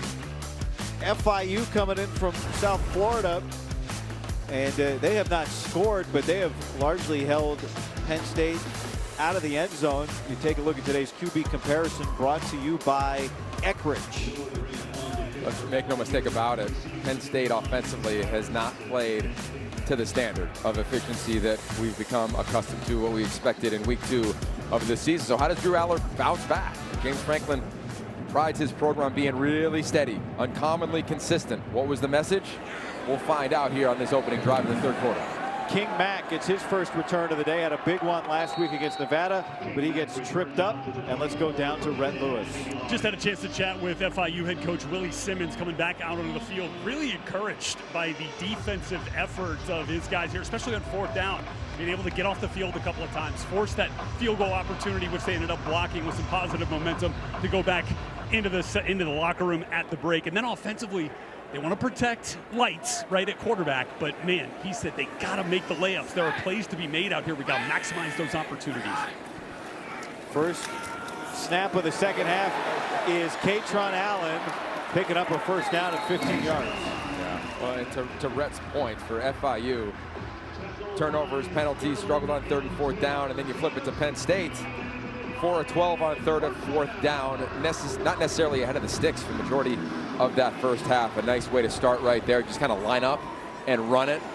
Find the edges. See if you can find a crease like they did in the first quarter. Katron Allen almost 6 yards per carry in the game. Nicholas Singleton just over 6 yards per carry. in the game. The two of them have combined today for 19 rushes. Saw the first half numbers from Aller. That has been maybe his most favorite target today. Luke Reynolds with the reception. That's his 5th catch. He leads all Penn State pass catchers. I'll be curious to see what adjustments Jovan DeWitt does, the defense coordinator of FIU, in terms of, you saw in the first half, often Guy, the members of the secondary, nickel defender playing off coverage, just like you saw in that snap. Did they try to disrupt the timing of Drew Aller, knowing they didn't have an incredibly efficient first half? Heard what James Franklin said to Red before the half. If we're going to get stopped on 4th down, let's get first downs before 4th down, and they do here. 10 points in the first half. That is a very unusual given the circumstances. You know, they've been so good at home in non-conference games. It's the fewest first half points scored in a non-conference home game since 2019 against Pitt. Huge part of Drew Aller's growth this offseason was sitting down with Danny O'Brien, the quarterback's coach. They watched a lot of Josh Allen. They watched good, they watched bad, they watched turnovers, they watched negative plays, positive drives, negative drives. But at the end of the day, when the film ended, it ended on a slide and it said MVP of the National Football League. Aller too high for Dinkins behind him, and it's incomplete. Guys, you also remember what FIU head coach Willie Simmons told us about Drew Aller. First words out of his mouth where I can't help but watch him and think of Josh Allen, right? Think of Drew Aller, that big physical frame, the strong arm. He's got some wiggle too with his game. Wonder if we might see him pull it down a little bit here as this offense has kind of struggled a little bit to find some rhythm in the pass game. Yeah, you got to get some help. Dinkins had a drop in the first half. It is not raining, it is not wet. You got to just make those plays. You got to help the quarterback out down the seam. 2nd down. Aller pulls that to Kyron Hudson. 4th catch today for Hudson, who fights forward. Of course, the compliment from Willie Simmons. That's a quarterback. I mean, you know, he has been in some quarterback situations, not just in his time at Clemson, but the Manning Passing Academy. He was there with Rhett, who was down on the field as a receiver, with the Mannings and Phillip Rivers, and he loves talking quarterback, and it was fun to talk to him about it this week. He had so much success as a head coach at the HBCU level. Then last year was the running backs coach at Duke with Manny Diaz, and now takes over year 1 of FIU with a really impressive history of success. Trying to get a 3rd down stop here. Aller, and there is Reynolds. Boy, he has had the sticky fingers today. That was on his back shoulder. He squeezed it, a pickup of 7. Tell you what, in this first drive, and as they kind of hustle the line of scrimmage here, little tempo, it has been 3-step drop, get the ball out for Drew Aller. Another quick one. Hudson behind him, and he helps out and brings it down. And look, every quarterback, they're going to find a little bit of a slump at times. Nobody cares more than that individual within the facility. He's the face of this program, and they're finding a nice little rhythm here for Drew Aller. Back to Singleton for the first. They're not sniffing 4th downs on this drive. No. Well, the run game is a big part of it, and I think you're seeing them kind of line up and go for the majority of this drive. Drew Aller being able to assess the defense. Is there some free access, easy throws outside? Right there's another one. Reynolds, another catch. What I mean by that, Guy, is when members of the secondary are off, like Victor Evans, number 4, was at the top of the screen, it's an easier read for the quarterbacks. You don't have to evaluate the coverage. Haven't seen a ton of disguise coverage-wise from FIU today. And for Drew Aller on this drive, he seems to be seeing the coverage, the rotation extremely clean. 7 receptions for Luke Reynolds.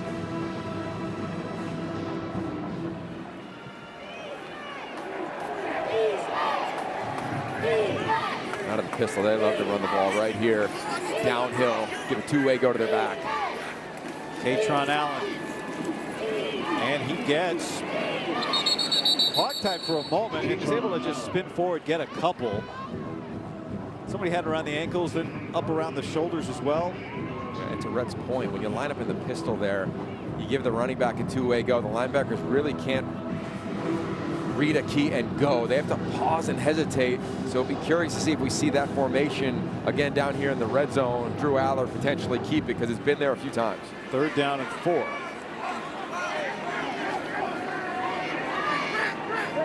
11th play of this drive to open the second half. Aller and Pena can't connect. Incomplete. That was broken up by Mr. Clark. Pena has one catch today after that great debut last week. And it felt like Pena was running a slant. You got to really try to cross the face of the DB, and just a competitive play. Oh, that's a really nice job across the board. Now it's 4th down, and here comes the field goal team. Ryan Barker on for the 34-yard attempt. His only other try today, or his only miss today, came before the half. It was a block of a 53-yard try.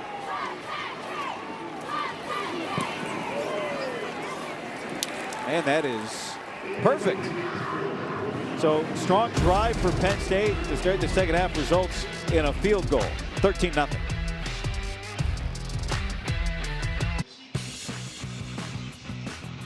$13-0 Penn State after a field goal to start the second half from the Nittany Lions, number 2 team in the country. You take a look at that scoring drive, sponsored by Marathon. I thought it was a really nice job from Andy Kotelnicki. Run the ball, stay ahead of the sticks. Aller goes 5 of 7 with the drop. Still don't convert there late on the slant to Pena. So they're talking about that one on the sideline, but they come away with points. This will be a touchback. Saquon Jean-Pierre still has not had a return. Take a look back at some of the big plays for Penn State in the first half. Well, this was a huge play, right? Big play, Alonzo Ford, the interception. FIU was kind of rolling. It was a pretty impressive drive, 10-play drive at the time. And then the sudden change. That man, Dominic DeLuca, 3-time captain, Northeastern Pennsylvania legend, makes his presence felt. And there's Drew Aller. Look, he had a first half that I'm sure he was told, hey, just flush it, just move on. And that was the point of his conversation this offseason with his quarterback coach, Coach Danny O'Brien. But the best one, just got to move on. You can't hang on to it. You got to let it go, flush it, and move on to the next snap. And here for Keywan Jenkins, he's probably feeling pretty good, as is FIU. They came into this game just to reset it. They didn't think it was, let's just keep it close. They felt, we talked to them earlier this week, they had a chance to come in here and shock the world, and they're within striking distance. We had some good drives, but no points. Keyshawn Owens, the running back, running hard. And this will bring up 3rd down and short, very short. Had a 10-play drive that ended in that interception from Alonzo Ford. Maybe you mentioned it, the 8-play drive before. 4th down conversions. Some big gains, but you see here 1 of 7 on 3rd down today. A huge part is you can't identify where Penn State is going to line up on this defensive front.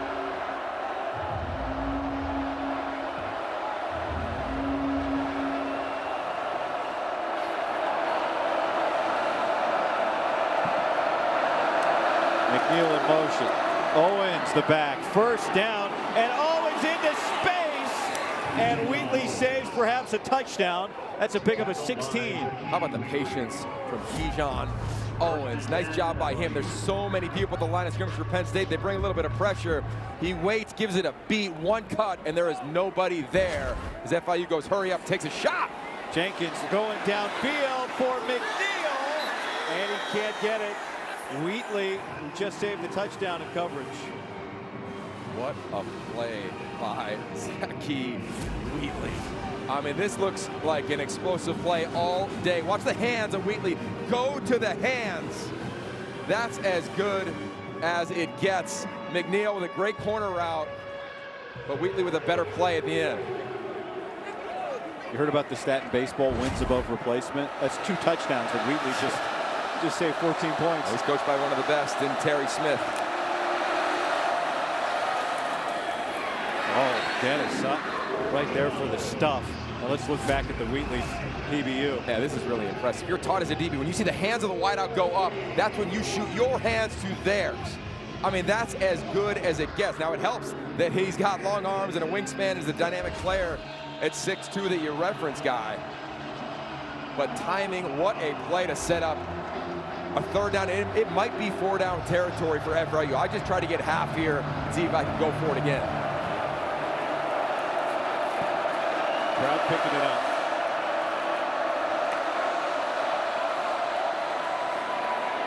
Jenkins flicks it out to Owens. Tonight Dennis Sutton's going to come help him out after a pickup of 3 yards. See why the offensive coordinator Nick Coleman told us wherever he goes in the Miami area, people ask him, how's Kiwan? He's a Park League legend around Miami, a little Park League here. Yeah, keep an eye right here. This is that 3 safety look you've heard so much from Jim Knowles about. That is that man, Zach Key Wheatley. He's that version for Penn State that Caleb Downs was for Ohio State this year. And to me, when Jenkins saw that, he said, oh, what is this look? What's he going to be? So you hang onto the ball a little bit longer. Will Hoyt on to punt. Devontae Ross will take it at the 11-yard line, maybe the 12. Penn State's offense coming back out. So James Franklin has said he was really excited after last season to get Nicholas Singleton or Katron Allen back. He didn't think he'd get both. You look at 1,000-yard rushing duos to return in Power Conference football since 2000. This is only the 5th time it's happened. Yeah, what a unicorn type situation. And so much of that is the advent of the new era of college football. And I think also you're selling it to recruits because as they go to the NFL next year, their bodies are taken care of. They spend their whole career. This is Singleton, and it's not going to cost them in the record books. They have a chance to end up number 1 and number 2 all time on the rushing list here at Penn State. And that's what's most impressive about this entire thing. Look at the most active players, career rushing yards. But what they've done here at Penn State as running backs, I mean, this list of elite backs is really long and extremely prestigious. And these two will be on it for the rest of their lives. Both around 1,000 yards each, shy of the top of the list right now, which is Evan Royster, who's just over 3,900 yards. Trevor Pena, his first big play of the game, is a big one, out to the 44. Another full field throw from Drew Adler. And look, it wasn't a great first half, but he hasn't flinched as they go up tempo again. You'll see this from his left all the way to the right. The play and then the yak, something this receiving core has lacked the last couple seasons. The catch for Pena was a 30-yard reception. It's the longest play of the game for either team. Big point of emphasis for Penn State was trying to generate explosive plays. You know, turnovers and explosive all of a sudden. Singleton sprinting through for a first. And now here comes the complementary element of Penn State. You got fresh legs at running back that we just referenced in these two backs. You got a quarterback that is finding a little bit of rhythm here in the first drive and a half here in the third quarter. And an offensive line that's being able to move the line of scrimmage. First half, it was hit or miss. Defensive front really active for FIU. You wonder, are they going to wear down as this game goes on?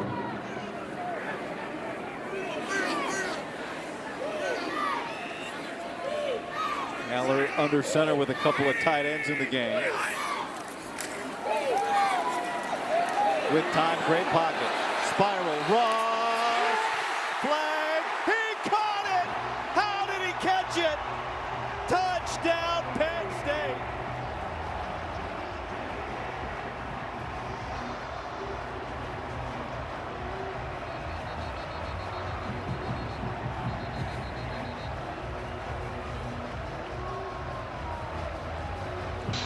Pass interference. Defense number 1. That penalty's been declined. Results of the play is a touchdown. It's a 2-man route. And all day long, Allen saying, I'm taking a shot to Ross on top of the DB. Well thrown, better catch. He and Ashton Levels battling, one-hander all day long. But really? Yeah, let's take a look. How did he catch it? I know. And they're going for 2. Couple of tight ends. Hudson is the receiver along with Pena. Aller, throwback. This is Drew Shelton, and he's in for the 2-point conversion.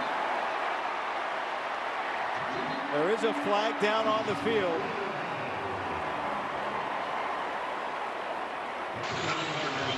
Holding. Offense number 53. 10-yard penalty. Repeat the try. The first penalty of the game against Penn State. Are you kidding me? I think is what he just said. Drew Shelton. The penalty's on Nick Dawkins, the center.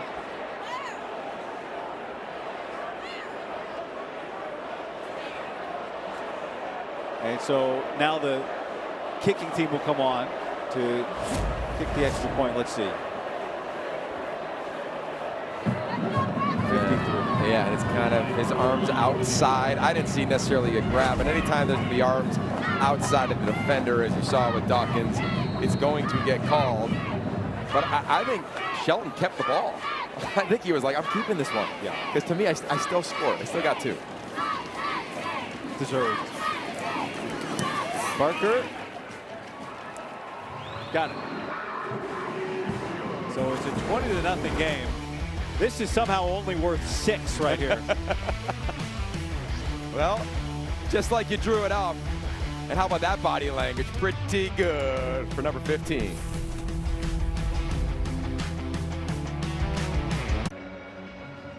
.444 remaining in the third quarter. And one of the most iconic places in all of sports. Tomorrow, volleyball tripleheader comes your way as Ohio State hosts Florida. Top-ranked Nebraska clashes with Cal, and USC takes on Creighton. Live coverage begins at noon Eastern, 9 Pacific on the Big Ten Network and the Fox Sports app. This offense has been jump-started here in the second half for Penn State.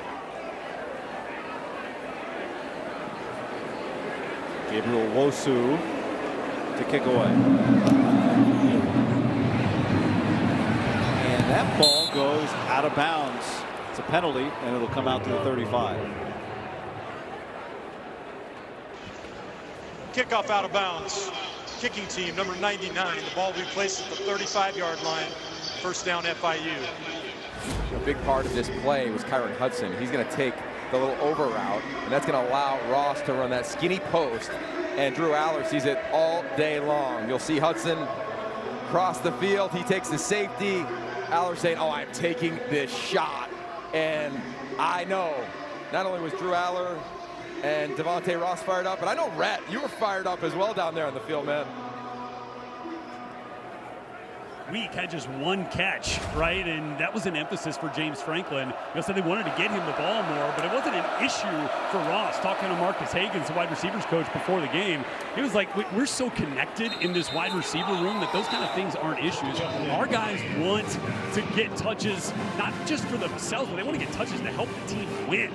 And then on the Aller part of that, that was not a clear win on the route from Ross, but how about the trust that he's built in a relatively short amount of time to say, I'm going to let my guy go make a play right there, and obviously was paid off for it. Yeah, it's a really impressive point, Rhett, especially when you think of Aller's first half. You talked about his body language on the sideline. It wasn't great, frustrated.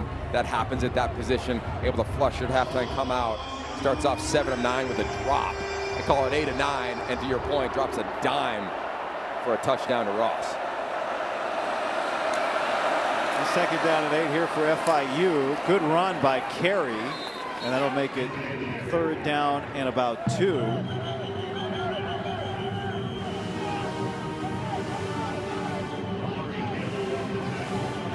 The second half has really flipped for the offense. You know, look, I mean, last year there was such a clear number 1 in the passing game for Penn State, Tyler Warren. And now it's a different challenge. Like, how do we get everybody involved? And you can tell, at least these first 2 weeks, they're making an effort. Luke Reynolds had a good day today. Pena, he's kind of having the Ross game, the one that Ross had last week. But he had a big play on the previous drive. Here's third down and 2. Jenkins tries to exit the pocket, and there are no doors. And that was fourth down.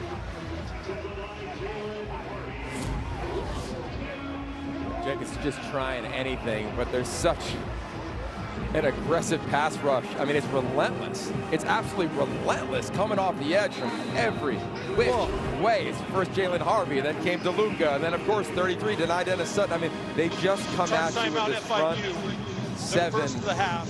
It will be 30 seconds of They playing. come at you in waves, and not many teams around the country can say that. One of them is playing on the Big Ten Network after us today in Ohio State, but there's very few, especially when you're talking about a defensive front. We have seen 13 different defensive lines throughout today in terms of where guys have aligned. Interior, on an edge, moving to the nose tackle, over a guard. And we're tracking this up here, and it's a lot of different players we have seen make plays, and of course having Zariah Fisher back is a He's reset the game clock to 2:47. Yogi, that moving around of a marquee player has been a hallmark of Jim Knowles' defense. Even going back to the Oklahoma State days there, they had Colin Oliver, who had 11.5 sacks as a freshman, moving him around. They did it a little bit at Ohio State with Jack Sawyer. It is a bear for offenses to deal with. Just talking to some opposing coaches who have dealt with Jim Knowles' defenses in the past, they're like, the way that they can move around a marquee player and still get that high-level production is very difficult to deal with. FIU uses the timeout to take the offense back on the field, to put the offense back on the field. Jenkins gets it out quickly. 4th down, and diving for the first is Anthony Carey. I like the decision of saying, where are we going to punt it? No, we are going to go for it. I think that's got to be the game plan here for FIU moving forward. Nice job getting the ball out. Let's see if they can take another quick strike. See if you can. First half they had a couple shots down the field, even intermediate shots, but you got to get some chunk plays, some explosive plays.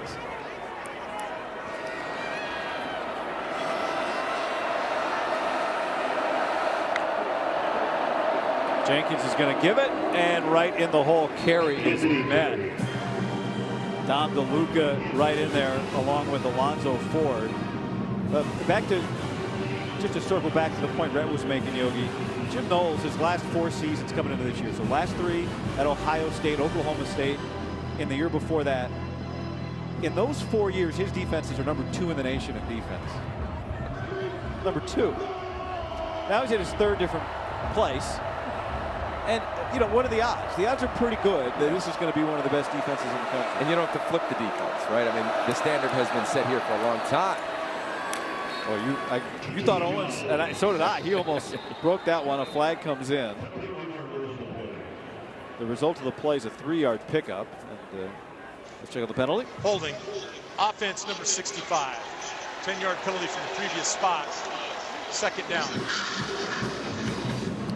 Guys, I thought it was pretty impactful listening to Jim Knowles talk about what this job means to him. Obviously, a Pennsylvania kid. Can't let that get in the way of the importance of this job this year. This is the best group of players, the best personnel he has had coming into a new program in the last couple of spots here. He really feels the weight of that, and also mentioned, as you guys remember, that he feels like this unit is as far along in an early first season as he's ever had. After the penalty, 2nd down. Jenkins has it knocked away. Chaz Coleman came from stage left. Where did he come from? Well, to me, this is such an effort play for Chaz Coleman. This is a guy who was a quarterback at times in high school. He's a hooper. He's twitchy. We got to see him after practice yesterday, and you see the length. Look at the effort, and at the last minute, it's his left fingertip gets a hand on it, and if that's not a sign of the effort of this defense under Jim Knowles, I don't know what is. Meanwhile, Jenkins going back, left-hander going across the field the other way.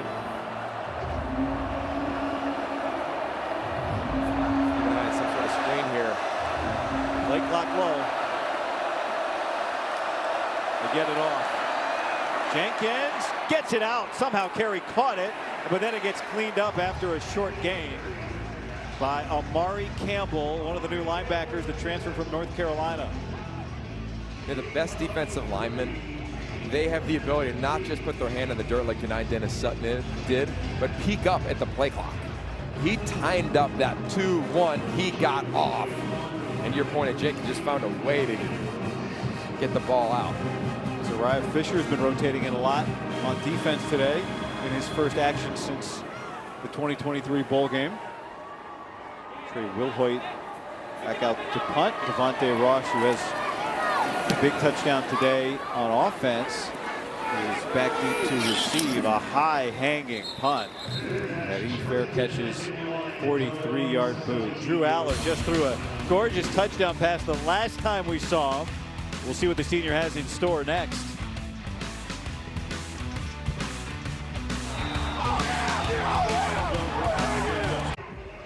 Beaver Stadium under an ongoing refurbishment, renovation that won't conclude until 2027, but it has not affected the capacity of just over 106,000, in part because of those bleachers you see on the right side there, and you see a refurbishment of Drew Aller's game in the third quarter.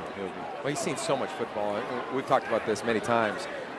To be an elite player at that position, you got to have scars. I mean, you have to have gone through things. He's done that, and Penn State fans know that. Whether you want to highlight games against Ohio State and Michigan early in his career, last year in the playoff game, like he's had to navigate things, and I think he's got a resolve to him that is extremely bespoke at this position when you look around the country. And it's really price of admission. If you want to be a big-time quarterback, you've got to have that. Hard count for him at the end of the quarter. And Penn State will wait for the fourth for this second down. It took a little while to get things going, but once the offense got rolling, we saw a beautiful drive from the Nittany Lions.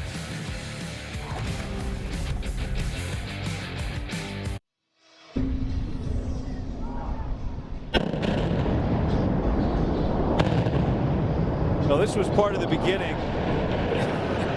It's just fun to just watch that. I mean, that's always good footage.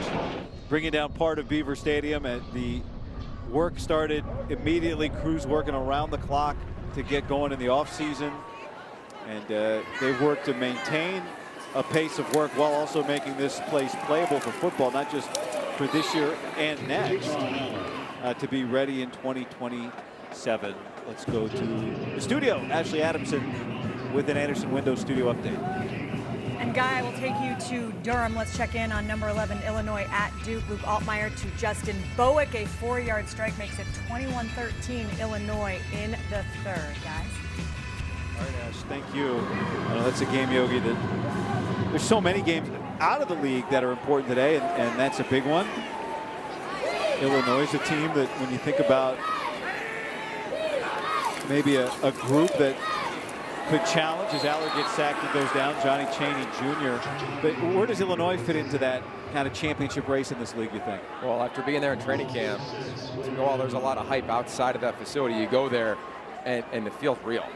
It really does. It's a veteran-laden group. They return so many starters at key positions, whether it's coming off the edge. Gabe Akers was just unstoppable in week 1. Looking forward to watching the tape and see what he's done down in week 2 against Duke. Their offensive line is legit. The quarterback's played a ton of snaps. Brett Bielema just knows how to steady the ship. So I think they are a real threat in this league and in the college football playoff. After Penn State's offense had really jump-started in the second half, a punt, and it's a booming punt from Wosu, and then Saquon Jean-Pierre will bring it down, but an absolute banger from the 6'6", 297-pound punter. You want to guess how many yards that was? 72. Vertical, or I mean, 72-yard punt. Oh. It's a good thing when you don't punt in a game, but when you get to and you do this, special teams coordinator Justin Lustig again did some impressive plays for his outfit, and how about that, man? And I'll go to like the development of this program, guy. I mean, he's just continued to develop that leg, his style. He's so consistent. As Coach Franklin said, his A-ball is really good. I'd say that one was really good too. Jenkins hands it off, and that is snuffed out immediately. Chaz Coleman's having a real good game. Yeah, he's blossoming before our very eyes. He gets to go to practice on Friday here at State College, and 2 players stayed really late. You know who they were? One was Denai Dennis Sutton. I'll give you a guess. The other one? That man right there. Chaz Coleman? Yeah, Chaz Coleman. And they're working hands. They're working the little things that allow the nuance of that position to have tremendous success. And we've seen his growth. I think it'll just continue to grow as the year goes on. He and Denai Dennis Sutton flip sides and come after the quarterback. And they both nearly get there. And Enai White does.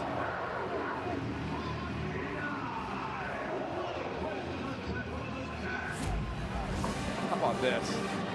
Trades with denied Dennis Sutton, and then coming off the edge, just force, velocity, and it wasn't Zane Durant, and it wasn't denied Dennis Sutton, it was the other two. And you have this type of complementary play, two twists on each side of the defensive line. Look out, you're gonna wreak a little bit of havoc. They feel like they found a home inside for Enai White on this defensive line. And they're gonna add, they think, 8 to 10 more pounds to him throughout this season. Imagine that opposing offensive fronts. Play clock is low, and they're going to need a timeout. As the play clock hit 0 in front of the students, Kewan Jenkins took the timeout. Charge timeout, before FIU. 3rd and 22. That's what's coming up for the Panthers. 30 seconds in length.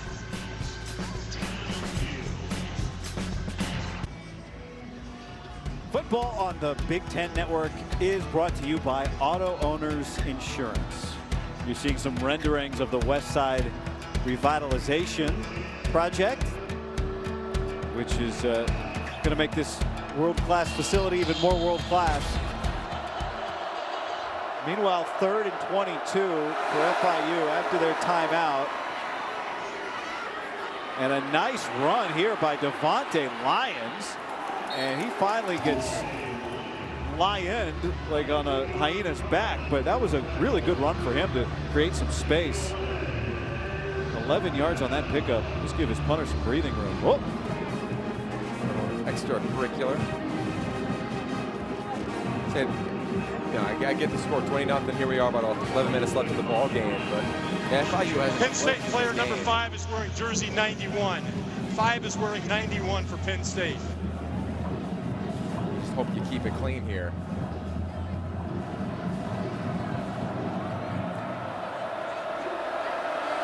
Penn State just punted from its 15, basically. And because it was a 72-yard punt, they had a sack. Now FIU's punting from its 50. And Devontae Ross is going to let that one go. And everybody clears out. And good starting field position for the Nittany Lions offense. The Dr. Pepper tuition giveaway is back, helping students chase their dreams.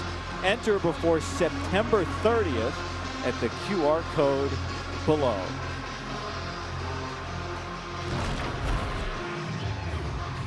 Now you see the bleachers, about 8,000 bleacher seats that have been brought in this year to keep capacity where it belongs.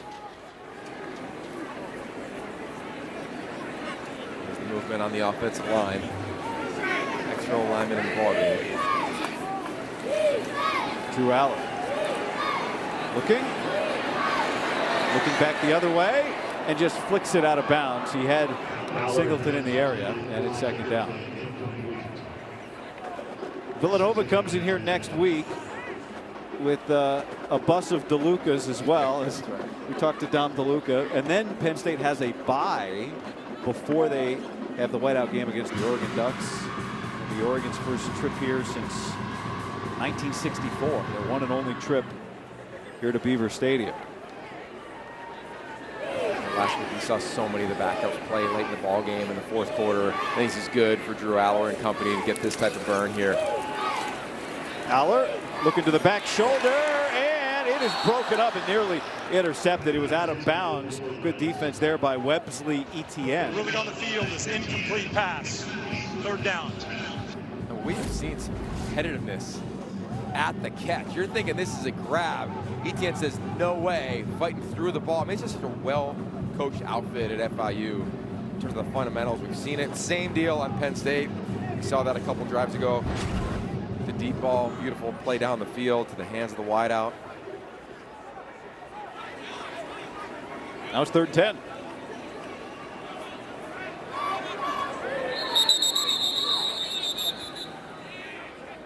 The ruling on the field on the previous play was incomplete pass. That ruling is under further review. I didn't think that he had firm control of that inbounds. Well, I guess the first question is, did Luke Reynolds catch it? Right. And then have it fumble out of bounds. And then the second question is, well, if it was interception, they're out of bounds. That was, I thought, pretty easy to see. The question is, for Luke Reynolds, to your point, is it a catch? Or is there a possession by the defender? Clearly not. He's well out of bounds there. Is it clear and obvious that he has the catch? That's what they're looking in the replay booth back in Rosemont. I don't think so. No, you got to have the time to make a football move after the possession. That I don't think that occurs here, Yogi. And I also don't think Etienne clearly has possession for a turnover inbounds. I mean, you know, as we're watching it from that angle, Reynolds has 2 feet down here, and then this left foot steps. Does he have possession right there? I don't think his right heel's out of bounds. No, but I'm just asking, does Reynolds have possession when he kind of takes that 3rd step? I didn't think After reviewing the play, the ruling on the field of incomplete pass is upheld. 3rd down. All right. Which we agree with. We do. So now it's 3rd down and 10. And these games, James Franklin made it clear, these are important games because we got a lot of vets, we got a lot of young guys, and they're not allowed to be young week 4. That's right. And so these are critical possessions as he views it. 3rd down and 10 for Allen. And that gets batted incomplete. Knocked away by Kenton Simmons. I give an assist to Ashton Levels, the corner lined up against Devontae Ross. Aller wants to throw another out route. We've seen these full field throws all game long as well as in week 1. You see him looking to his right, nothing there. And then there's a twist. Ball batted down. Nice job by the defense. Just the effort is really impressive today. Get another opportunity. I guess still 3-score game. Well, Jean-Pierre is a very dynamic returner, but he hasn't really had a chance to get off one today. And he gets brought down after a short return out to the 17-yard line. Timeout on the field.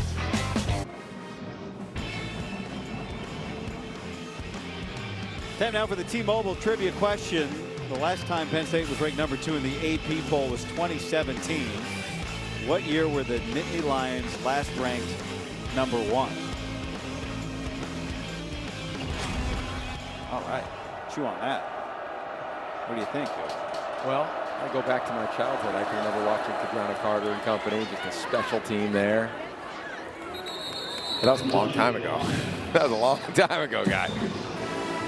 8-yard pickup there for the run game, which is stayed strong. You can give credit to these backs have run hard today. That's Devontae Lyons.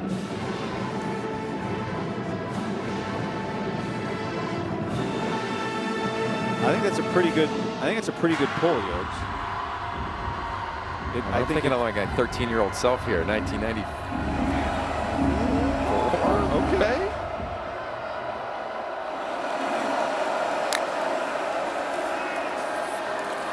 Jenkins with time. And let's see. Yogi says 94. I'm going to go a little more recent. Yeah, I don't blame 97. Okay. Oh. Nice. Well done. But I would love if we have any photos of you as Kadrona Carter in the backyard. I'd love to see it. Totally. Joe Juravicius. Oh. Got to meet his daughter yesterday. Amazing in class. by the way. We got to teach a class here at Penn State, which we guest lecture at. They're a really cool group of students that are aspiring to be broadcasters and storytellers. And what did you tell Joe Juravicius' daughter in class yesterday?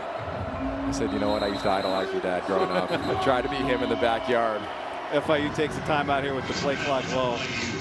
3rd and final charge time out of the half. FIU, it will be 30 seconds in length.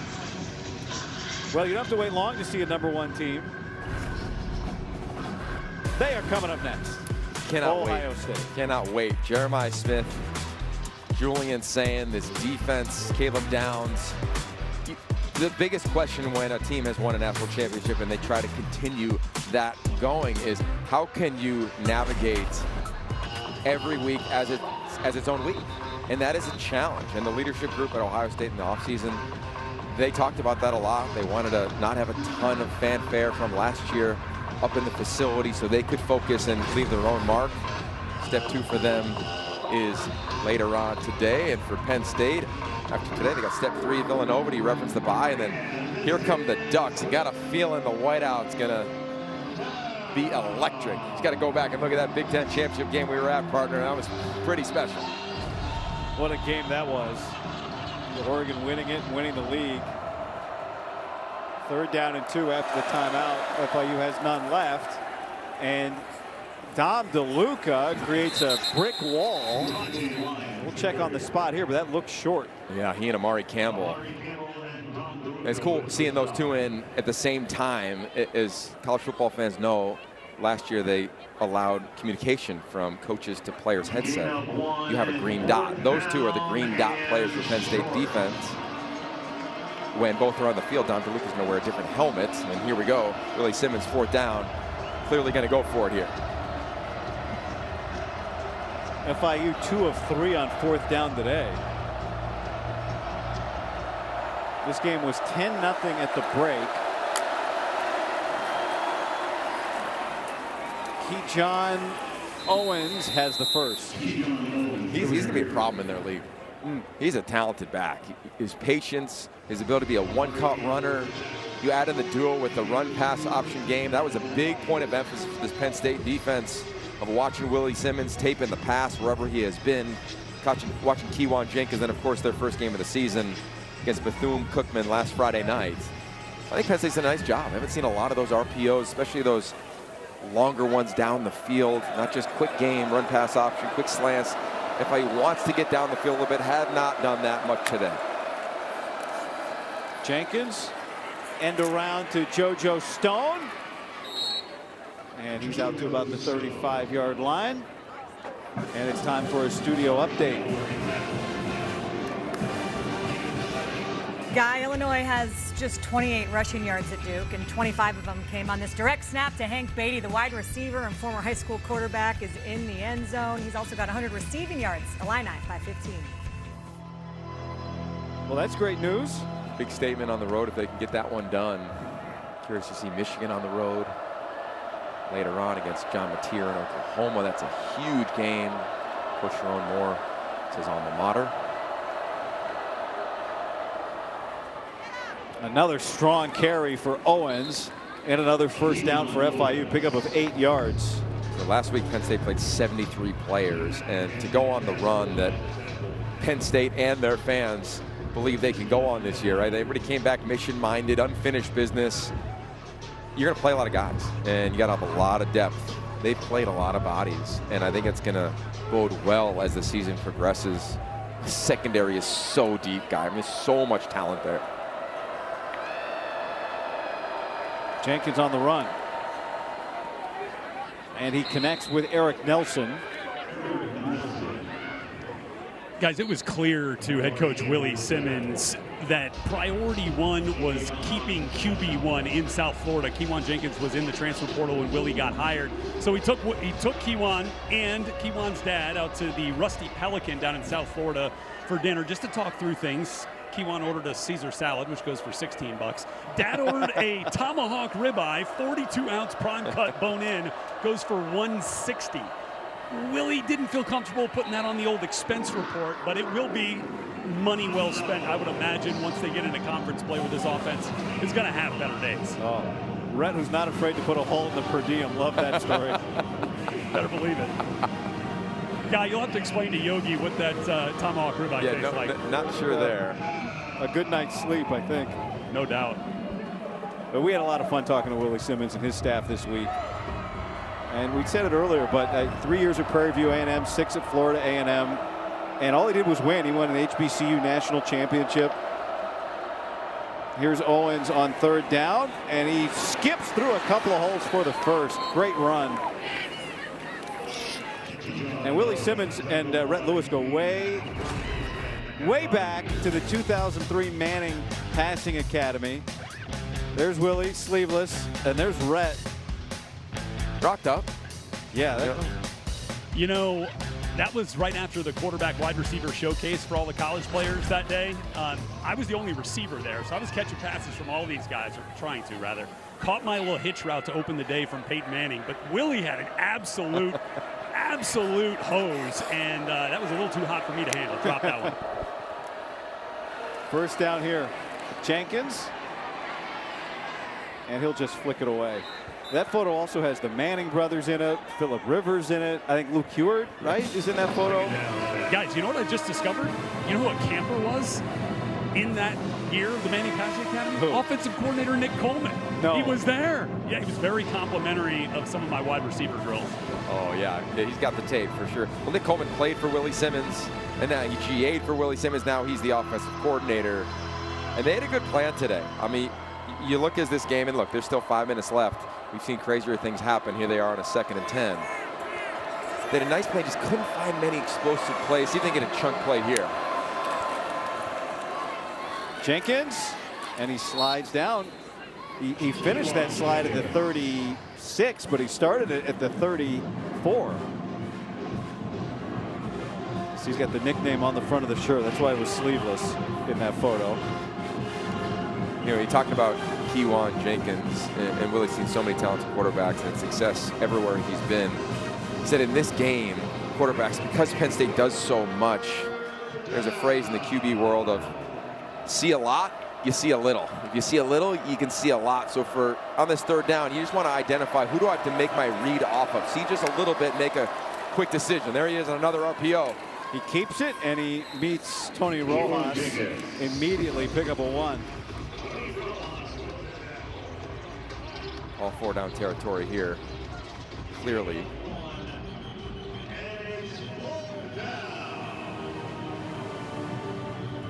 And in comes Owen Wayful, the transfer from Michigan, on the defensive line.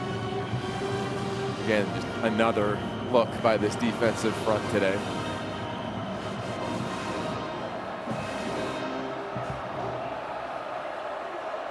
Been good on 3rd downs, or on 4th downs, excuse me, 3 of 4.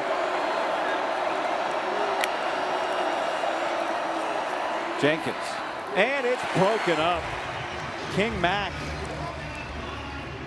You talk about a deep secondary, he's a big part of it. King Mack, he started on his heels, and then he started sprinting towards that crossing route, sprinting towards the sideline. Penn State ball. Of course, tonight, after all the games, after the quadruple header, after football is done, Final Drive, sponsored by Auto Owners Insurance, catches you up on everything that happened in a big Saturday and Friday. There were a couple Friday games. There were. They were pretty fun last night. Malik Washington. You're a big Malik Washington guy, quarterback at Maryland. Preston Stone looked the part. He did. For Northwestern, the quarterback. Penn State takes over after the 4th down stop. And look out. And goodbye, Kaytron Allen. Hello, end zone.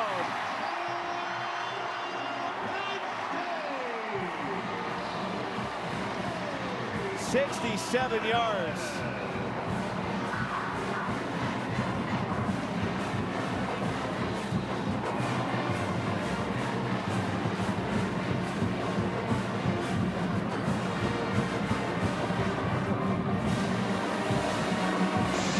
The results of the play is a touchdown.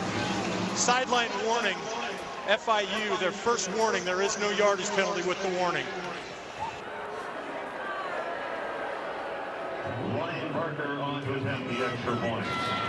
The man everybody just calls Fat. Fat. A nickname from his childhood. You're rare to hear everyone say Kaytron around the facility. And he can move.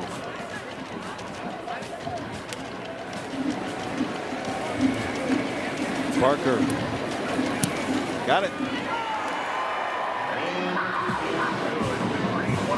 27-0 Penn State. This is an impressive run, and not just because it was a touchdown, but watch the patience or kick out block from Reynolds. You're thinking, okay, just make sure you end the game, stay in bounds. He says, nah. I'm going to take this one the distance. I love it. Run it to the side of where you're aligned when it's an offset back. Nice block downfield. The tight ends, Dinkins getting involved as well. Both tight ends, key blocks, just punishing FIU defenders. And then Kaytron Allen, a man with a sense of urgency, tiptoes down the sideline. I love how he leans in late, buys himself a little bit more yardage, and then a pseudo front kind of flip, somersault into the end zone to the student section, and that's how you punctuate game 2 as a senior who came back mission-minded with a sense of urgency. Guys, talking to Marcus Hagans, the wide receivers coach, before the game, obviously you can imagine with a running back group like this, perimeter blocking is key. Did you see the hustle right there of Kyron Hudson to get down there and get in front of a couple closing FIU defenders? They practice that stuff all the time. They actually use like pseudo handcuffs to keep their hands locked inside so they don't draw one of those holding penalties. Longest run of the career for Katron Allen. His previous long came back in 2022 against Rutgers. This was 67 yards. That's the second kick out of bounds for Woshu today. So again, the ball come out to the 35-yard line. Kickoff out of bounds. Kicking team number 99. The ball in place at the 35-yard line. First down FIU.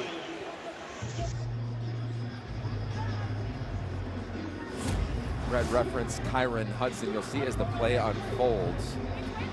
His run is pretty special, and here comes the downfield block 1, kick out from Reynolds. Then you see the tight ends right here. They do a nice job there. And then watch this receiving core, the sprint at the top. And that is going to be on film on Sunday. Look at the speed from the transfer from LA. Kyron Hudson getting a little taste there at the end. That is exactly what championship teams do. You're selfless. It's not about, oh, the pass game wasn't perfect today. I didn't get my touches. I didn't get another touchdown. It's, no, how can I help this organization be better? 1% better, as James Franklin says all the time, go 1-0. That is a beautiful example of what going 1-0 looks like. New quarterback for FIU, Joe Pisanski, has come into the game for Kiwan Jenkins. Well, I know they're going to check the GPS tracker and Kyron Hudson after that run. They have a guy in their center, Nick Dawkins, who won the Warfel Trophy last year, right? That is an award that not just reflects how good you are. I know you were there. You talked to him at the ceremony, Yogi. It's also about what you do in your community. And it's like the all-around great everything award. And they were not shy about telling us, the coaches, look, Kyron Hudson is an elite dude like that. Like we've added another guy like Nick Dawkins to this offense. And just most teams don't have one of those, maybe let alone 2. Yeah, it was Andy Kotelnicki and James Franklin. They reference like you feel good about society and life when you meet young men like like Kyron Hudson and Nick Dawkins. A great addition, Hudson, to this team as a playmaker, as a veteran voice, and also with the intangibles that we saw right there on that downfield block.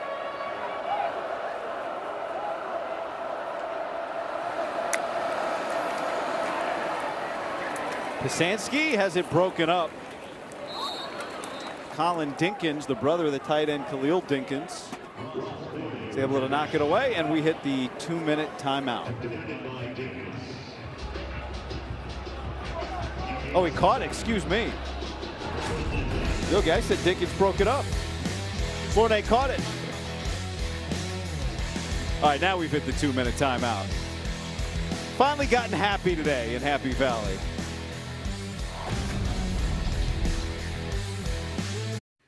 Always exciting to say number 1 is next, and that's the case. Top-ranked Ohio State at home against Grambling State coming up next year on the Big Ten Network.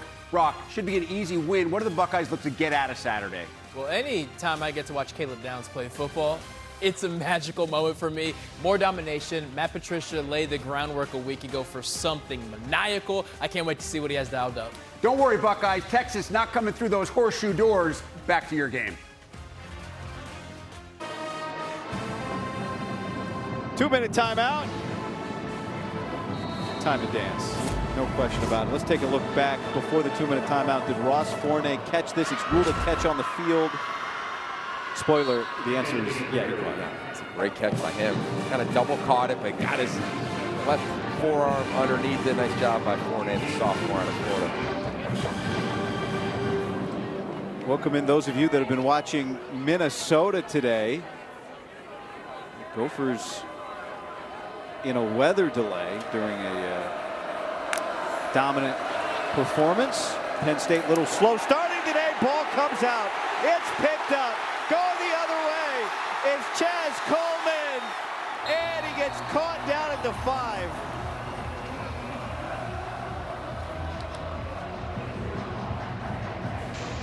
The ruling on the field is fumble. Recovery defense. First down, Penn State. On a star-studded defense, Chaz Coleman has announced his presence today. This was such an impressive play by Coleman. You'll see him coming off the edge. Watch everything. First off is get up. Then the hands against the tackle. Be able to get underneath it. Then the hand to the quarterback. He hits the ball. And then his flexibility to be able to bend down and pick the ball up, not fall on it. He didn't flinch. I mean, he looks like a tailback. That is unbelievable. Picks it up. Yeah, the sideline. I'll be doing the same thing. Whoa. I got to tell you, if there was NBA Jam video games of football and you only got 2 players, I think he'd be a good pick. New quarterback for Penn State, Ethan Grunkemeyer, has come in. And he hands it off for a touchdown. So Nicholas Singleton joins Katron Allen in the end zone today.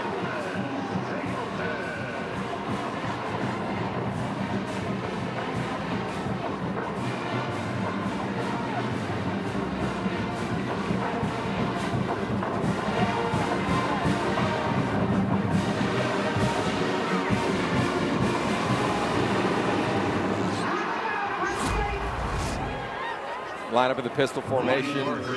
Again, tight ends, kick out blocks. Really nice job by the entire offensive line, bringing in some of the 2s. And another returning back who came back mission-minded with a sense of urgency, finds the end zone, and while not perfect today by any stretch, they found a way.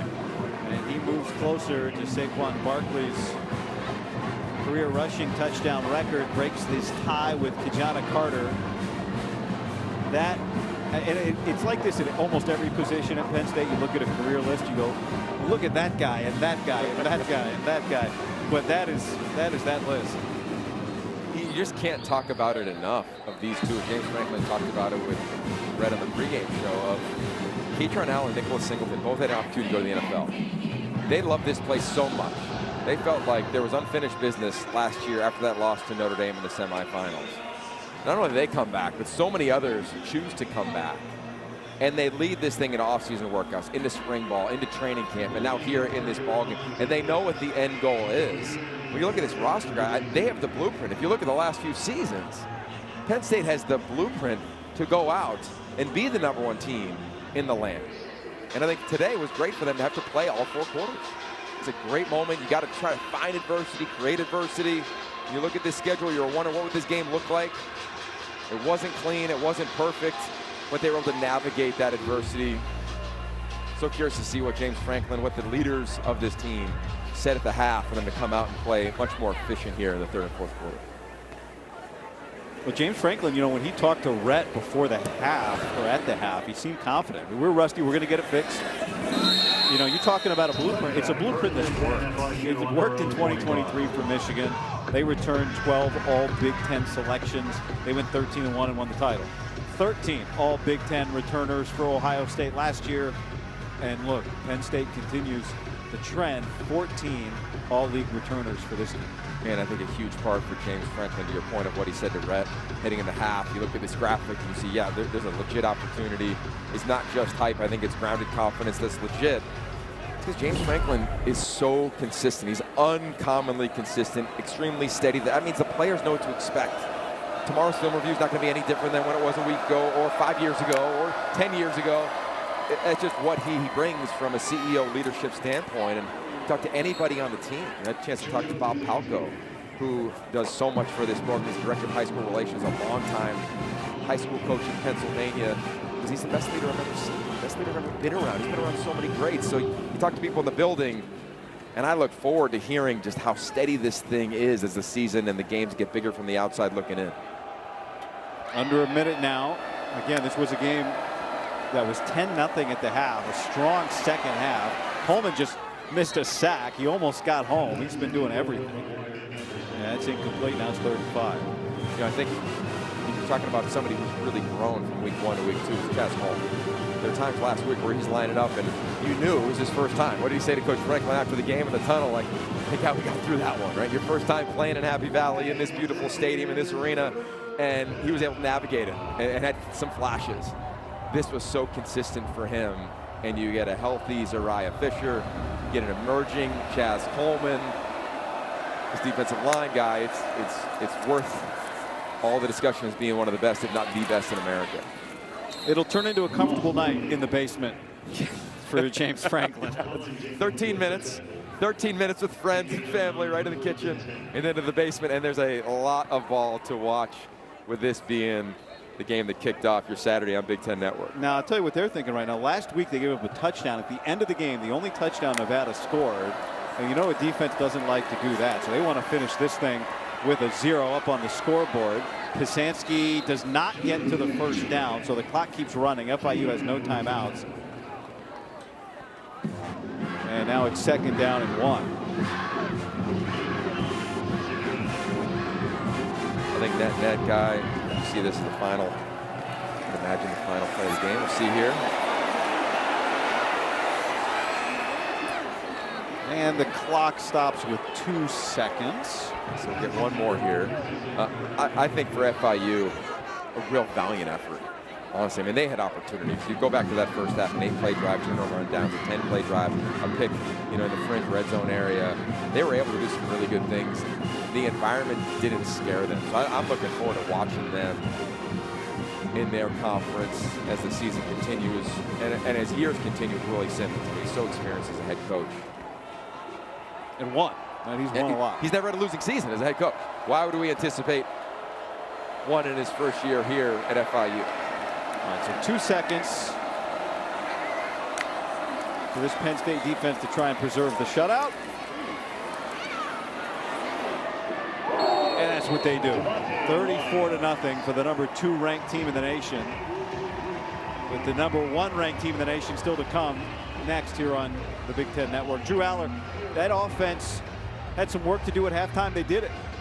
They came out the first 2 drives after the half, really efficient. That is the end of the football game. Gave them, took a couple shots, obviously the big touchdown to Ross down the left sideline. But that's the ebb and flows of the season. That's just part and the nature of this great game that we all love. And Penn State advances. And I'm sure James Franklin will have a version of this, of we went 1-0, lot to clean up. Let's go 1-0 again. And they get Villanova coming to town next week, an opportunity to do that before bye, and the Ducks coming to town. Rhett Lewis is down on the field with James Franklin.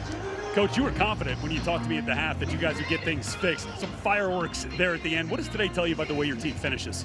Yeah, we finished well, but we made it a lot harder than it needed to be. We're playing a lot of young guys, and they're playing like young guys. But we got some work to do, but we'll get it right. Yeah, Coach, on the defensive side, anytime you get a shutout, it's pretty special. What stood out to you about that group? Yeah, shutout and turnovers. Our D-line has got to be leading the country in turnovers right now. 2 interceptions, a fumble recovery almost for a touchdown. So those things are positive, and we can build on them. But there's still a ton of stuff we got to get cleaned up. Coach, I know you pride yourself on being a team that does not hurt itself, that focuses on the details. I don't know if you saw it live on the Katrin Allen explosive play run, but Kyron Hudson sprinting from his wide receiver spot to get a block. How do those little things build this team into a championship team?